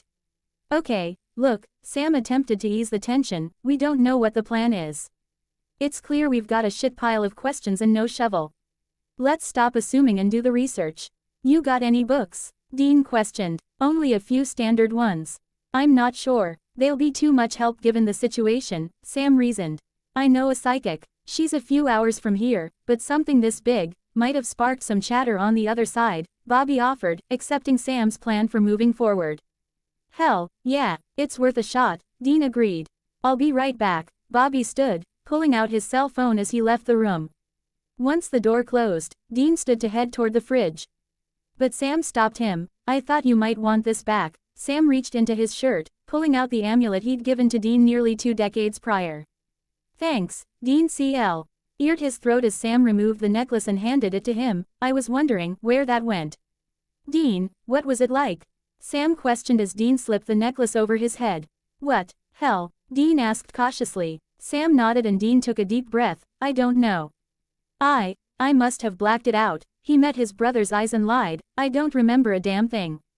Sam watched his broth closely for another moment before he smiled in relief. Thank God for that. Dean cleared his throat. I'm gonna hit the head, then we can go figure out if Bobby's psychic can help. Dean clapped Sam's shoulder before he headed toward the bathroom. As Dean washed his hands, he started at himself in the mirror and suddenly images of hell flashed through his mind. Dean tried to shut his eyes, but the images remained and suddenly he could not only see, but he could hear the screams and smell the sulfur and burning flesh. A heavy knock on the bathroom door startled him back to reality. Coming. He called out as he turned off the water. He shook his hands dry for a moment before reaching for the towel to dry his hands. As he stepped out of the bathroom, Bobby and Sam were both there looking at him with concern. Everything okay? Bobby questioned. Yeah, just got caught up with all the fancy bottles in the bathroom. Dean lied. Do you stay in places like this all the time or were you just trying to impress Christy? Dean questioned, teasing Sam hoping to distract him and Bobby. Sam laughed uncomfortably, but Bobby eyed him skeptically as he continued. I talked with Pamela, strangely enough. She hadn't heard of anything about your return. Bobby glanced at Dean, so she's gonna try and find out what she can. We'll meet up with her in the morning. So where is she? Dean questioned. About 4 hours down the interstate, Bobby answered glancing at his watch. If we head out now, we can stop somewhere for that burger you've been lusting over before heading her way. Sounds good, Sam agreed, grabbing the bag he'd packed while Dean was in the bathroom. There is a truck stop about 30 minutes down the interstate. We'll stop there, Bobby told the brothers as he unlocked his car. Try to keep up. He called to them as he slid into the driver's seat. The brothers chuckled as they continued toward the Impala. Sam reached into his pocket grabbing the keys and tossing them his brother's way. I assume you'll want to drive. I almost forgot she's been yours. Dean laughed excitedly as he reached out his hand to caress the car as he moved to the driver's side door. Hey, sweetheart, did you miss me? He asked the car as he opened the door and slid into the seat. Dean smiled, petting his hands against the wheel, taking in the beauty of being back inside baby. Until his eyes met an iPod plugged into the lighter port. As Sam entered the car, he faced his brother with a scowl. What the hell is that? That's an iPod jack, Sam answered with some amusement. You were supposed to take care of her, not douche her up, Dean accused with a glare. Dean, she was my car, Sam defended and Dean's eye ticked turning away from his brother to start the car. A smile appeared on his face as he heard the engine purr, but immediately it disappeared when one of Sam's dumb folk music came through the speakers. Once again he turned to look at his brother critically. Really? Dean pulled the iPod jack out and tossed it into the back before Sam could respond. Then Dean put baby in drive, pulling out the lot without another word seeing as Bobby had already left them. He wasn't interested in keeping Bobby or his promised burger waiting. When they'd made it a few miles down the road Dean broke the silence. There's still one thing that's bothering me. Yeah, Sam met his brother's glance. Yeah, the night that I bit it or got bit, he corrected with a chuckle. How'd you make it out? I thought for sure Lilith was going to kill you. Well, she tried, but she couldn't, Sam answered honestly. What do you mean she couldn't? Dean pressed. She fired this, burning light at me and it didn't leave a scratch. It was like I was immune or something. Immune, Dean echoed. Yeah, Sam chuckled. I don't know who was more surprised, her or me. Then he sighed. She left pretty fast after that. Huh, Dean took in the information, not quite sure what to make of it before he continued his line of interrogation. What about Ruby? Where is she? Dead or in hell? Sam answered with a shrug. Dean glanced at his brother. Sam wasn't showing any obvious tells, but he could feel that he wasn't being given the full story. While attempting to keep his voice casual, Dean pushed a little harder. You been using your, freaky ESP stuff? No, Sam declared quickly, raising Dean's suspicion. You sure about that? Dean questioned, skeptically. I mean, you've been off hunting Damana alone. And now that you've got some sort of demon immunity. I'm just wand. Earring what other kind of weirdo crap you've. Nothing, Dean. Sam interjected, you didn't want me to go down that road, so I haven't. When Dean glanced at him with a skeptically raised eyebrow, Sam continued defensively. It was practically your dying wish, Dean. Okay, let's just keep it that way. Dean ended his interrogation. He wasn't sure if he believed his brother or not, but they were getting closer to the truck stop and he wasn't about to set off Bobby's hackles by continuing this argument with Sam. Despite Dean's continued reassurances it was him with no demon hitchhiker, Bobby said. He meant to remain ever vigilant of that very threat, almost if he was sure it was going to happen. Sam allowed the silence to settle between them for a few moments before he reached up to the car's stereo, changing the settings so it would begin playing the only tape he kept in the cassette player. Both brothers smiled as Ramble On started playing. Dean woke with a start, but luckily for him Sam hadn't noticed and remained asleep in his bed. As the sun was only just beginning to rise, Dean rolled over, attempting to go back to sleep, but his body tingled on high alert. The memories of hell willing to fade from his thoughts without the distraction of his brother or Bobby to ease them. Dean got up, silently moving toward the bathroom in order to freshen up for the day ahead. After having showered and changed, Dean headed back toward his bed. He flopped back onto the bed and stared up at the ceiling knowing sleep wouldn't be returning.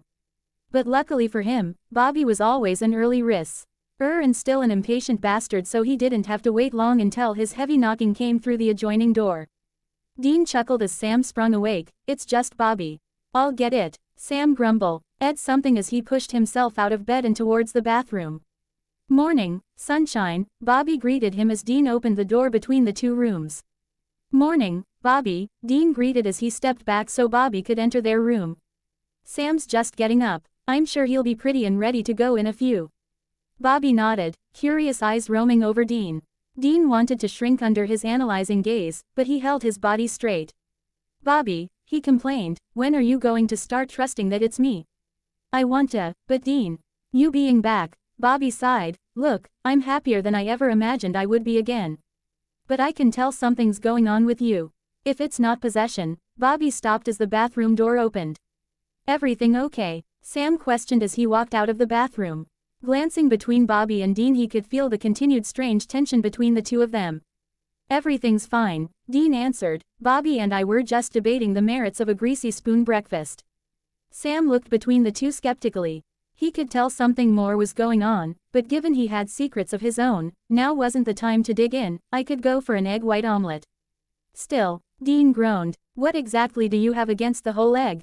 Seeing Sam was about to continue the argument with Dean, Bobby intervened, if we're stopping for breakfast you need to meet me at the cars in 5 minutes. He ordered, heading back through the room's adjoining door. Yes, sir, Dean called after him with a playful smirk. Dean watched with amusement as Pamela joyfully and enthusiastically greeted Bobby. He chuckled, meeting Sam's own amused gaze as Pamela picked Bobby up for a moment. You sure are a sight for sore eyes, Bobby complimented as she put him down. So are these your boys? Pamela questioned. Bobby nearly blushed at her choice of words. He nodded and introduced the boys, Sam, Dean. This is Pamela Barnes, the best damn psychic in the state. Pamela drawled as her eyes swept over the brothers' forms. Behave, Bobby warned her in a playful whisper. Never, she fired back as she turned back into the house, leaving the door open for them to follow. Come on in. Sam and Dean once again glanced at one another with amusement before they followed Bobby into the house. Dean Winchester, Pamela acknowledged as Dean closed the door. You're out of the fire and back into the frying pan. Makes you one rare individual. If you say so, Dean replied, watching her carefully, hoping she wasn't about to reveal his deepest secrets. If she could read his thoughts the way Missouri had read Sam's. On that note, you heard anything? Bobby questioned, getting straight to business. I Ouija-ed my way through about a dozen spirits last night and this morning. No one seems to know who broke your boy out or why, Pamela replied, but I'm not ready to give up quite yet. I'm thinking a seance is our best bet. You don't want to summon the damn thing here, right? Bobby met her with a critical eye.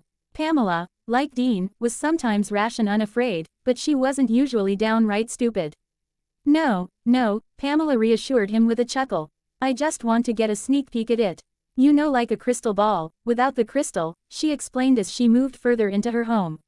I'm game, Dean replied, following after her. Bobby shook his head. He wasn't convinced this was the best idea, but they weren't exactly swimming in options.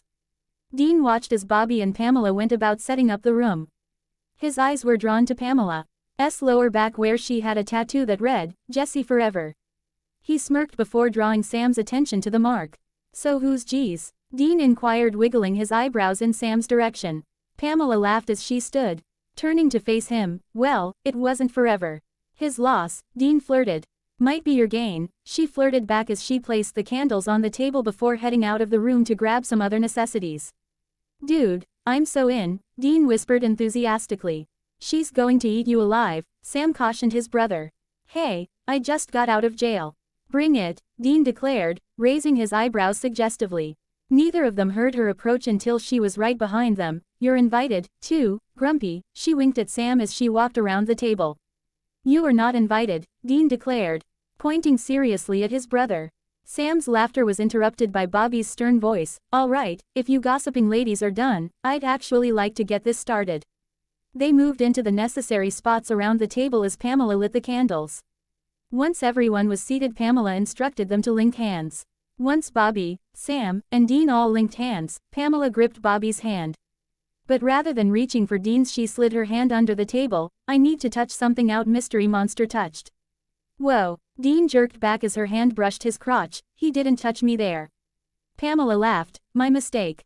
Dean glanced around the table. Sam gave him an amused and suggestive look before Bobby cleared his throat. Dean took his hand back from Sam's so that he could partially shrug out of his flannel shirt, allowing him to once again pull up his t-shirt sleeve to reveal the handprint. Pamela suddenly became serious as she placed her hand gently over the mark on Dean's shoulder. "Okay, well, get started." When once again, all hands were linked around the table, Pamela closed her eyes, began chanting, "I invoke, conjure and command you appear unto me before this circle." She repeated the chant several times. Suddenly, Dean started to feel something, an electricity filtering over his skin. He opened one eye, peeking around the table. He'd been about to shut his eye again when he noticed the TV turning on. When the sound of static filled the room, he opened both his eyes. A look of surprise crossed his face as Pamela called out a name. The table in front of them began to shake. "Castiel," she paused as if listening before speaking aloud. "No. Sorry Castiel, I don't scare easy." "Castiel?" Dean questioned. "Its name," Pamela responded, keeping her eyes shut. Refusing to break the connection. "It's whispering to me, warning me to turn back." Dean glanced around the table, but both Bobby and Sam still had their eyes closed. Dean wondered if they should listen. But before he could say anything, Pamela returned to chanting, "I invoke, conjure and command you to show me your face," her voice becoming more and more commanding as she continued. As the table shook harder, the piercing sound Dean had heard at the gas station crept into the room. Now all but Pamela had their eyes open. Glancing at each other worriedly, they gave Bobby a nod and he voiced their concern. "Maybe we should stop." "No," Pamela commanded, gripping Bobby and Dean tighter. "I almost got it," she told them confidently as she returned to chanting. As she commanded, "Show me your face now." The flames of the candles on the table quadrupled in size. Pamela screamed, her eyes opening to look into the flames, and then her eyes were burned from of her sockets. They all immediately released their grip and Pamela fell to the floor. "Call 911, Bobby shouted, and Sam immediately left the table to grab the phone. Bobby and Dean moved toward Pamela's crying form. Bobby pulled her up into his arms, cradling her head against his chest. Pamela opened her eyelids, but her sockets were empty and scorched as she cried out, I can't see, I can't see." Bobby and Dean shared a horrified look before Bobby went back to shushing Pamela. Trying to comfort her. "The ambulance will be here in 5 minutes, Sam told them as he stepped back around the table. "You boys go," Bobby ordered. "We'll have a lot less problems if you're not here." When Dean didn't move, Sam grabbed Dean's shoulder. "He's right, Dean. We've got to go." Dean wordlessly allowed his broth to pull him up and guide him out the door. They both remained silent as they got into the car. Baby roared to life as Dean pulled out the drive and back toward Pontiac. After dropping their bags back in Sam's hotel room, they headed down the street to Johnny Mac's diner for some lunch. They ate mostly in silence, unsure of exactly what to say to one another. Sam's cell phone broke the silence as they took their final bites. "It's Bobby," he told Dean as he took his phone from his pocket. "I'll take it outside," he continued as he slipped out of the booth and then out the door. "You ready, F?" Or the check, or can I get you anything else? The waitress questioned, coming up to the table. Dean smiled. We'll take 2 slices of your cherry pie. You got it, she nodded as she added the pie to their ticket. I'll have that out in a jiff. What did Bobby say? Dean asked as Sam returned to the table. Pam's stable. They've moved her out the ICU, Sam relayed the information. And blind because of us, Dean affirmed. Yeah, Sam agreed with a sigh, but somehow worse as we still have no idea what we're dealing with or how to stop it. That's not entirely true, Dean corrected, we've got a name, Castiel or whatever. Which means with the right mambo jumbo we could summon the thing right to us. You're crazy. Absolutely not, Sam protested. We'll work him over. I mean, after what he did, we have to do something. Dean declared. Pam took one peek at him and her eyes burned out of her skull. And you want to dive right into face-to-face? Sam chided. You got a better idea? Dean challenged. Yeah, Sam snapped back. As a matter of fact, I do.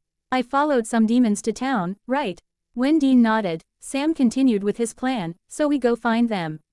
Someone's got to know something about something. Sam trailed off as the waitress arrived with their plates of pie. The brothers were surprised when their waitress, rather than leave after she delivered their pie, sat down in the chair at the edge of the table. They glanced at each other before looking back at her. You angling for a tip? Dean asked with some amusement.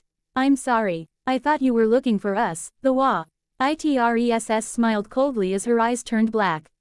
The brothers pulled back, noticing that the cook and the patron at the counter were also now staring at them with the same cold black eyes. The man at the counter got up silently. The brothers watched him closely, but he didn't approach the table. Rather, he walked to the door and bolted it shut. Dean, the waitress, eyes returned as she looked at him, to hell and back. Aren't you a lucky duck? That's me, Dean replied coolly. So you get to just stroll out of the pit, huh? She questioned before leaning closer. Tell me, what makes you so special? I like to think it's because of my perky nipples, Dean smirked, but then he noticed just how curious the demons seemed to be. He became serious and told them the truth. I don't know. Wasn't my doing, I don't know who pulled me out. Quote, right, you don't, she accused sarcastically. No, I don't, Dean maintained, glancing around the diner once again, deciding on what their play should be. Lying's a sin, you know. She probed again. I'm not lying, Dean declared, but I'd like to find out, so if you wouldn't mind enlightening me, Flo. Mind your tone with me, boy. I'll drag you back to hell myself, she threatened. Sam started to move. He was ready to attack, uncaring if he'd have to reveal his powers to his brother. There was no way he'd stand by as these demons tried to pull his brother back to the pit. He wouldn't loose Dean again. His arm shot out, but Dean stopped him, holding up a hand as he met his eyes. Dean's look begged him to trust him. Sam nodded and returned to his seat. See, I don't think that you will. Dean countered cockily as he returned his gaze to her. No, Dean repeated, because if you were, you would have done it already. Fact is, you don't know who cut me loose. And you're just as spooked as we are. And you're looking for answers. When Dean's hypothesis was confirmed by the look of UNC certainly flashing across the waitress's face, he continued, well, maybe it was some turbocharged spirit. Or, Godzilla, he snarked before continuing more seriously, or some big bad boss demon. I'm guessing at your pay grade that they don't tell you squat. Because whoever it was, they want me out, and they're a lot stronger than you. So go ahead, send me back, but don't come crawling to me when they show up on your front doorstep with some Vaseline and a fire hose, he threatened. The waitress's face shifted. She was angry and her eyes flashed black as she threatened, I'm going to reach down your throat and rip out your lungs. Dean smirked, leaning forward, daring the demon to make a move, even opening his mouth slightly, but when she didn't make a move he smiled before slapping her across the face. The other 2 demons looked at him with eyes full of anger, but still didn't make a move. Dean slapped her again. When once again she didn't attempt to raise a hand to them, Dean smirked again. That's what I thought. Dean slid from his chair, standing above the seated demon. Let's go, Sam. Sam moved a little closer to the door. The demon who had been guarding it unlocked it and stepped away. Dean smiled in amusement as he reached into his pocket and pulled out a roll of cash. He pulled a few bills from his wallet before setting them on the table. Make sure the nice lady you've housed yourself in gets her tip. Dean walked away from the table. Calmly and confidently, he motioned for Sam to head out the door, allowing him to follow behind.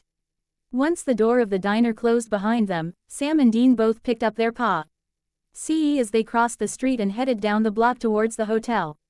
Holy crap, that was close, Dean panted as they continued down the street. We're not just going to leave them in there, are we, Dean? Sam questioned as he slowed down, forcing Dean to stop before they could get too far. Well yeah, Dean reasoned, there's 3 of them, probably more, and we've only got 1 knife between us. I've been killing a lot more demons than that lately, Sam pushed back. Not anymore, Dean motioned for Sam to follow him, the smarter brothers back in town. Dean, we've got to take 'em out, Sam argued, unmoving. They are dangerous, Sam insisted, turning back toward the diner. They're scared. Okay, Dean corrected, reaching for his brother's arm to stop him for heading back into the diner. Listen, they're scared of whatever had the juice to yank me out. We're dealing with a seriously bad mofo here, he pleaded with Sam, one job at a time, right? Fine, Sam huffed, changing his course once again and heading back to their hotel like Dean had suggested. Dean and Sam hadn't made much progress. Dean's plan to summon the demon was categorically rejected by Sam. He'd wanted to push the matter. But when Sam pointed out Dean had stopped him from taking on 3 grunt-level demons under the guise of being underprepared, which meant they definitely were not ready to take on the source of his return. Dean was annoyed that his brother's sound reasoning had made it nearly impossible for him to do anything other than relent. Hours passed by and they were no closer to any answers. Dean had scoured the books Sam carried with him cover to cover while Sam had searched high and low on the web, but still, both were coming up empty-handed for a demon named Castiel. Frustrated, Dean slammed his book shut. Hey, careful, Sam reprimanded his brother, it's not the book's fault. Dean glared at his brother, we're getting nowhere. Can we revisit my summoning plan? Absolutely not, Sam huffed. He lowered his laptop screen to look at his brother more carefully. Look, I know this is a lot, but what happened to Pamela isn't your fault, Dean. No, Dean rejected, unable to meet his brother's eyes. I'm serious, Dean, Sam countered, whatever brought you back is a major player and they don't just do things for the hell of it. So, we've got time. We'll get to the bottom of this before they make whatever plan they're hatching a reality. Okay, Sammy, we won't rush into anything, Dean agreed. Another hour had passed before Sam's cell rang. Hey Bobby, Sam answered, causing Dean to look up from his book. That's great, we'll see you in a bit, Sam replied before hanging up the phone. What's the news? Dean questioned. Pamela's feeling well enough to go home, Sam informed him. Bobby's going to get her settled and then he's heading back here. Should be here a little after midnight or so. Sam looked up from his computer screen, when he heard a slight snore coming from the other side of the room. Sam smirked at Dean's sleeping form. He checked his watch, it was a little after midnight. Bobby would be arriving soon, so he needed to act fast. He grabbed the keys from Dean's jacket, shrugging on his own coat as he slipped out of the room. When he made it to the lobby he pulled out his phone and dialed a familiar number. Meet me in 15, he said into the phone when the feminine voice answered. Where at? She purred. Johnny Mac's diner, he replied, snapping his phone shut as he exited the hotel. Dean woke up as the TV and radio, both flicked on. He glanced around, surprised to find that he was alone. Then suddenly he started to panic. He rolled out of bed grabbing the shotgun loaded with salt rounds as he approached the hotel room's door. Suddenly the high-pitched noise that he heard at the gas station and at Pamela's suddenly was filling the room. Much like the gas station, it was quickly becoming too much. Dean dropped the gun and covered his ears. But then he noticed the glass ceiling of the hotel room was starting to crack. He attempted to move, but the piercing sound intensified. He cried out in pain as he fell to his knees. Dean, Bobby shouted from the doorway as the glass ceiling groaned and cracked. When Dean remained curled up on the floor, Bobby moved forward. The moment Bobby stepped through the threshold of the door, everything stopped. Bobby didn't waste any time. He helped Dean off the floor then moved to begin packing up their things. Bobby, where's Sam? Dean questioned. No clue, but the Impala wasn't in the lot. I figured you'd both hit the bar. Bobby answered as he continued to pack. Help me get all the stuff, we've got to get out here. Dean nodded and moved to comply with Bobby's order. How are you doing, kid? Bobby questioned as he watched Dean wipe the last of the blood away from his ears as they drove down the road out of town. Aside from the church bells ringing in my head, peachy, Dean grunted as he pulled out his phone. Dialing Sam's number. Hey, Sam answered after the first ring. Where are you? Dean demanded, worried. Couldn't sleep, went to get a bite to eat, Sam replied evenly. In my car, Dean questioned him skeptically. Something about Sam's answer didn't sit right. Sorry, Force of habit, Sam apologized as he kept his eyes fixed on the diner. What are you doing up? You were out cold when I left the room. Well, Bobby's back. We're going to grab a beer, Dean lied. Bobby sputtered in shock. He was about to speak up when Dean shot him a pleading look as he held up his indexed finger, silently begging Bobby to give him a minute. Bobby rolled his eyes, but remained silent as he shifted his full attention back to the road. All right, well, spill some for me, huh? Sam chuckled. Done. Catch you later. Dean hung up the phone. Why the hell didn't you tell him? Bobby hissed. He's being weird, but more importantly, because he just tried to stop us, Dean declared. From what? Bobby glanced at him worriedly. Summoning this thing, Dean declared. You can't be serious. Bobby growled out in surprise. As a heart attack, Dean insisted, it's time we face this thing head on. We don't even know what it is. It could be a demon, but it could be anything, Bobby argued in disbelief, something we've never faced before, for example. That's why we've got to be ready for anything. He pulled out Ruby's demon-killing knife from his waistband, showing it to Bobby. We've got the big-time magic knife, you've got an arsenal in the trunk. This is a bad idea. Bobby interrupted him. We had exactly one lead and this thing blinded her. What other choice do we have? Dean stressed. We could choose life. Bobby tried, but he knew that wasn't really an option. They were never the run-for-hills type. Bobby, whatever this is, whatever it wants, it's after me, Dean reasoned. I've got no place to hide. I can either get caught with my pants down again or we can make our stand. Quote, fine, Bobby conceded, but we could use Sam on this. Nah, he's better off where he is, Dean stated. He wasn't about to bring his brother into this fight. Sam had been right when he'd rejected the plan. It was too dangerous. Dean would have rather done it alone and saved both Bobby and his brother, but he didn't have the knowledge to do it by himself. Bobby looked at Dean and sighed. We're going to need to find an out-of-the-way space. Keep your eyes open for any abandoned barns that aren't completely collapsing, Bobby ordered as he continued to drive. He hated that Dean was right, but he definitely wasn't looking forward to the fight ahead. After hanging up with Dean, Sam knew he needed to move fast. He'd only be able to explain his continued absence to Dean for so long. Worse would be if Dean and Bobby got back before him. Then they'd come looking. He'd park the Impala out of street view, but Dean would spot it easily. Sam took a deep breath exiting the Impala as he crept toward the pitch-black diner. He peeked through the window, but he couldn't see anything. He moved toward the door, slipping out his lock-picking tools. He moved quickly, but quietly, unlocking the door in under a minute. He smiled to himself as he slipped the tools back into his coat pocket as he entered the diner. He made sure to close the door as silently as possible, but the ringing of the door's bell had been impossible to stop. Sam noticed that once again a Martin Light song was playing on the jukebox. He couldn't help himself, but wonder what it was about the artist that undercover demons seemed to love. He cautiously made his way further into the diner. As he made his way around the counter he noticed the cook's body on the floor. He was face down, but his hands were covered in blood. Sam crouched down, glancing around to make sure he could safely focus on the body before him. When he didn't hear or see anything else he flipped the body over. He gasped at the sight of the cook's burned-out eye sockets. Sam stood determined, whatever was after his brother, had been here. He was going to end it. Suddenly he heard a faint shuffling, boot before he could move a figure tackled him from behind him with enough force to send them both back into the dining area. The table that they'd collided with collapsed under their weight. They led on the floor struggling for dominance.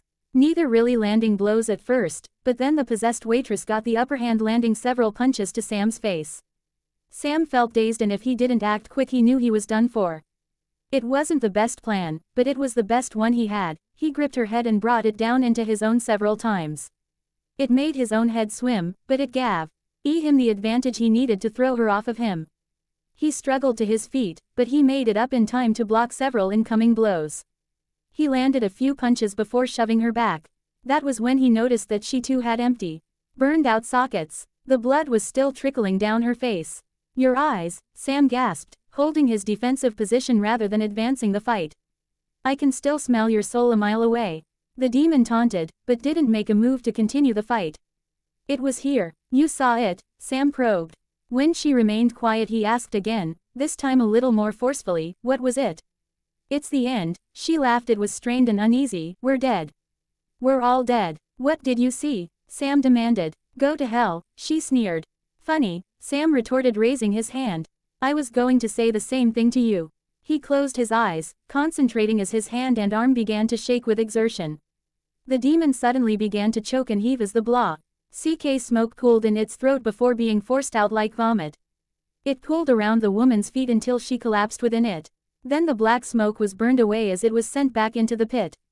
Sam opened his eyes, taking a deep breath. He moved forward to check on the waitress. He bent down to check her pulse. There was nothing. He hadn't had high hopes for saving her, but he'd yet to size a demon with his powers and save the host. Damn it, Sam uttered to himself as he settled himself on the floor next to the body. He glanced up as the kitchen door swung open loudly. He relaxed when he realized it was Ruby who stepped into the dining area. Getting pretty slick there, Sam, she complimented with a smile, better all the time. Sam glanced at her appreciatively as he stood. Their eyes met in a heated gaze. But Sam broke away. He still was no closer to figuring out who or what was after his brother. What the hell is going on around here, Ruby? Sam glanced down at the dead waitress with her eyes burned out. I wish I knew, she told him as she looked at the body before her. We were thinking it has to be some high-level demon pulled Dean out, but... No way. Sam, Ruby interrupted him. Human souls don't just walk out of hell and back into their bodies easy. The sky bleeds, the ground quakes. It's cosmic. No demon can swing that. Not Lilith, not anybody, she told him, her voice shaking. Then what can? Sam stepped forward, placing a comforting hand on her shoulder. She placed a hand over his as she smiled up at him. There are legends of what the deepest levels of hell hold. No one knows what's really down there. There's been rumblings, but you don't know, Sam sighed in frustration. This, their gazes both drifted to the dead waitress, is like nothing I've ever seen. She squeezed his hand and he squeezed back, allowing himself to take comfort in her presence. They'd found the abandoned barn a few hours ago and set to work preparing to summon whatever was after him. Bobby hadn't been any more convinced after their conversation in the car, but he was at least willing to go along with it without too much complaint. Are you sure about this? Bobby asked one last time, closing the book in his hand as Dean finished sharpening the blade of the demon knife. It's a hell of an art project, Dean complimented Bobby's work around the barn to avoid answering his question. He knew he was rushing this, but he didn't want Bobby or especially Sam to know about just how far he'd fallen during his time in hell. And if this was some high-level demon after him, the longer he waited to confront it, the more likely it was they'd find out exactly who he'd become down there. You wanted traps and talismans from every faith on the globe, Bobby lied nonchalantly before focusing his eyes firmly on Dean. Are you sure about this? It's what has to be done, Bobby, Dean declared. Bobby sighed, his hopes dashed that Dean had come to his senses and back out of this plan. Okay, then. We're doing this. You've got everything you need. Dean waved his hand, showing off the display of weapons he had placed on the table: steaks, iron, silver, salt, and the knife. As far as I can tell, we're set to catch and kill anything I've ever heard of. You might want to add in some holy water to your arsenal, Bobby suggested. Dean nodded as he reached down, placing a gallon jug of holy water onto the table. This is a bad idea, Bobby groaned. Yeah, I heard you the first 10 times, Dean snapped. Bobby's look of disapproval triggered the release of his frustration, but before he could apologize, Bobby was already on his case again. Well, guess what, you get to hear it again, Bobby declared. Dean attempted to interrupt him to apologize, but Bobby stopped him. No, it's my turn. I held my tongue on the way over here thinking you'd find some sense, but it seems you haven't, Bobby huffed. Now, I think you're right about needing to summon this thing and facing it head on. But I think you're rushing this for no great reason. We have no idea what we're facing and we're likely outmanned and outgunned. I don't understand your absolute dismissal of needing more time, research, and help before attempting this. I don't want to go back, Dean admitted his half-truth quietly, and a look of understanding softened Bobby's face. Over the past few days, Bobby had began to wonder if Dean remembered more about his time in hell than he'd initially let on. Looking at the boy he considered a son, there wasn't a doubt that Dean remembered at least some of his time in the pit. The true pain and fear that had shown in his eyes during his admission was enough to confirm it. This was still not the smartest of plans they could have come up with, especially leaving Sam out if. But it seemed like this was what Dean needed to do to ease the fears of going back. You're not going back. Not on my watch, Bobby reassured him before asking, what do you say we ring the dinner bell? Thank you, Bobby, Dean smiled softly. Bobby clapped his shoulder. He wouldn't push him, but he hoped that Dean would become more willing to share those experiences as he became more settled in his return. Holding in the level of pain Bobby imagined such memories were causing him only ever did more harm than good. Releasing his hold on Dean's arm, they moved over the other table set up with the summoning ingredients and began the ritual. Castiel knew he shouldn't be angry at his champion, as he responded to his summoning, but yet somehow he couldn't rid himself entirely of the feeling. Dean Winchester's was a champion. He was a righteous man, even if his behavior wasn't biblically so. His reckless and flawed nature that had landed him in the bowels of hell. He'd made a demon deal to save his brother. His both selfish and self-sacrificing actions had set off a chain of cosmic effects that weren't easily rolled back. Buffy's fresh pain still weighed heavily on Castiel's mind as he arrived outside the barn. Dean Winchester was the catalyst of her pain. If he hadn't made that demon deal. If he hadn't been weak and given in to Alistar's demands. As Castiel's anger grew, so did the wind. Soon it was swirling around the barn so intensely that the barn's roof began to shake and the tin tiles began to lift. Wishful thinking, but maybe it's just the wind, he heard his champion say from inside the barn. He could sense his fear and a part of Castiel relished in it. Dean Winchester wasn't suffering like Buffy and he deserved to be afraid. As he used his powers to push open the barred barn doors, the lights inside the barn began to pop and spark. The electrical sockets of the lights continued to rain down sparks as he entered. He smiled slightly as Dean Winchester and his companion cowered. He was mildly surprised when they stopped shielding themselves from the rain of sparks and began shooting at him. He could feel the grains of salt and iron rounds hitting and penetrating his human body. It did nothing other than to spark a sense of annoyance as he continued toward them slowly. Bobby and Dean glanced at one another in disbelief as he continued undeterred and unfazed. When Castiel was within striking distance, Dean's companion separated from him. Castiel was unconcerned and focused his attention on Dean. As he turned to face him, Dean questioned harshly, "Who are you?" Castiel's anger began to cool, noticing the true look of fear in Dean's eyes. Maybe there was more to his champion than he'd been led to believe. "I'm the one who ripped you tight and raised you from perdition." "Yeah, thanks for that," Dean replied as he pulled the knife from behind his back and stabbed it directly into Castiel's chest. Castiel could have stopped him. But clearly his champion still needed a lesson in exactly who he was dealing with. The look of shock on Dean's face as Castiel pulled the useless demon knife from his chest made him smile ever so slightly. As he dropped the useless knife to the ground, Dean's fellow hunter swung an iron crowbar at the back of his head. He reacted quickly to catch the offending object without causing the older hunter harm. He felt a twinge of guilt for causing the older hunter so much fear, but his champion needed a lesson. Silently he raised 2 fingers, placing them on the older man's head. Silently commanding him into a deep sleep. "We need to talk, Dean," Castiel informed him, as he turned away from Bobby's fallen figure to face Dean, alone. Castiel allowed Dean to rush forward to check on Bob. As he began to look through the book they'd used to summon him, "Your friend's alive," Castiel told him without looking up. "Who are you?" Dean demanded angrily as he crouched protectively at Bobby's side. Castiel. "Yeah, I figured that much," Dean snapped. "I mean, what are you?" That caught Castiel's attention. His champion was a non-believer. He hadn't even considered that a possibility, but it became clear as he'd looked around. Everything in this barn was about summoning, trapping, and protection from demons and evil entities. Castiel's anger melted a little further. Yes, his champion was flawed and reckless. Still, before his time in hell, he'd done real good in the world without believing in any sort of redemption. That was something Castiel could admire about his new champion. He met Dean's eyes. This time his expression was softer. "I'm an angel of the Lord." Dean eyed him skeptically as he rose from his crouched position. "Get the hell out of here." "There is no such thing." Castiel watched Dean for another moment before he shifted to fully face him. "This is your problem, Dean. You have no faith." Castiel lowered the veil that shrouded his true form and allowed Dean to see his wings in the sudden flashes of lightning and thunder his powers created. Dean looked almost impressed, but quickly covered it, resuming his typical cocky overconfidence. "Some angel you are. You burned out that poor woman's eyes." Quote. Castiel felt the guilt of his actions rise at the accusation of his new champion. He hated what had happened, but even an angel of the Lord couldn't stop their true form from being revealed when summoned by a powerful enough force. He sighed. He wasn't used to having to apologize for his actions. "I warned her not to spy on my true form." It can be, he paused briefly to find his words. Overwhelming to humans, and so can my real voice, but you already knew that. You mean the gas station, the house, and the motel. That was you, talking? Dean questioned. When Castiel gave him a confirming nod, Dean continued, buddy, next time, lower the volume.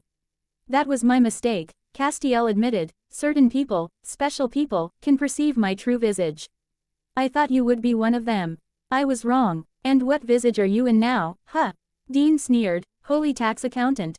This, Castiel questioned, pulling at the trench coat Jimmy had been wearing when he'd given his consent. This is a vessel. You're possessing some poor bastard. Dean demanded. He's a devout man. He actually prayed for this, Castiel countered. Look, pal, Dean sneered again. I'm not buying what you're selling, so who are you really?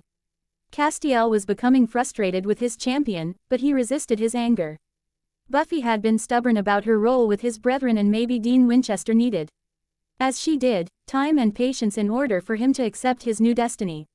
I already told you, Castiel tried again, but Dean immediately dismissed him. Right, Dean scoffed, and why would an angel rescue me from hell? And then Castiel could see it. Dean wasn't suffering exactly like Buffy, but he was suffering. His return wasn't the thing tormenting him, but rather his actions in the pit. It was gnawing at every part of his being. Castiel still disliked his champion for giving in and the harm his actions had caused Buffy, but Castiel had learned many things from Buffy during his time with her in heaven. One of those things was that everyone deserved a second chance. His champion deserved that. Good things do happen, Dean, he told his champion, stepping closer to him. Not in my experience, Dean countered firmly, holding back the tears that were threatening to surface. You don't think you deserve to be saved? Castiel questioned, watching Dean carefully. Now that he knew what he was looking for, it was easy to see the guilt and shame that were radiating just below the surface. Castiel felt true sympathy for his champion. In my experience, everyone deserves to be saved. Why'd you do it? Dean demanded, clenching his jaw. Castiel straightened out his posture as he answered the champion's question with firm honesty, because God commanded it. Then, before his champion could ask, he continued, we have work for you. I'll be in touch soon, and then he flew away. Now that he'd made contact with his own champion, he had other work to attend to. The end.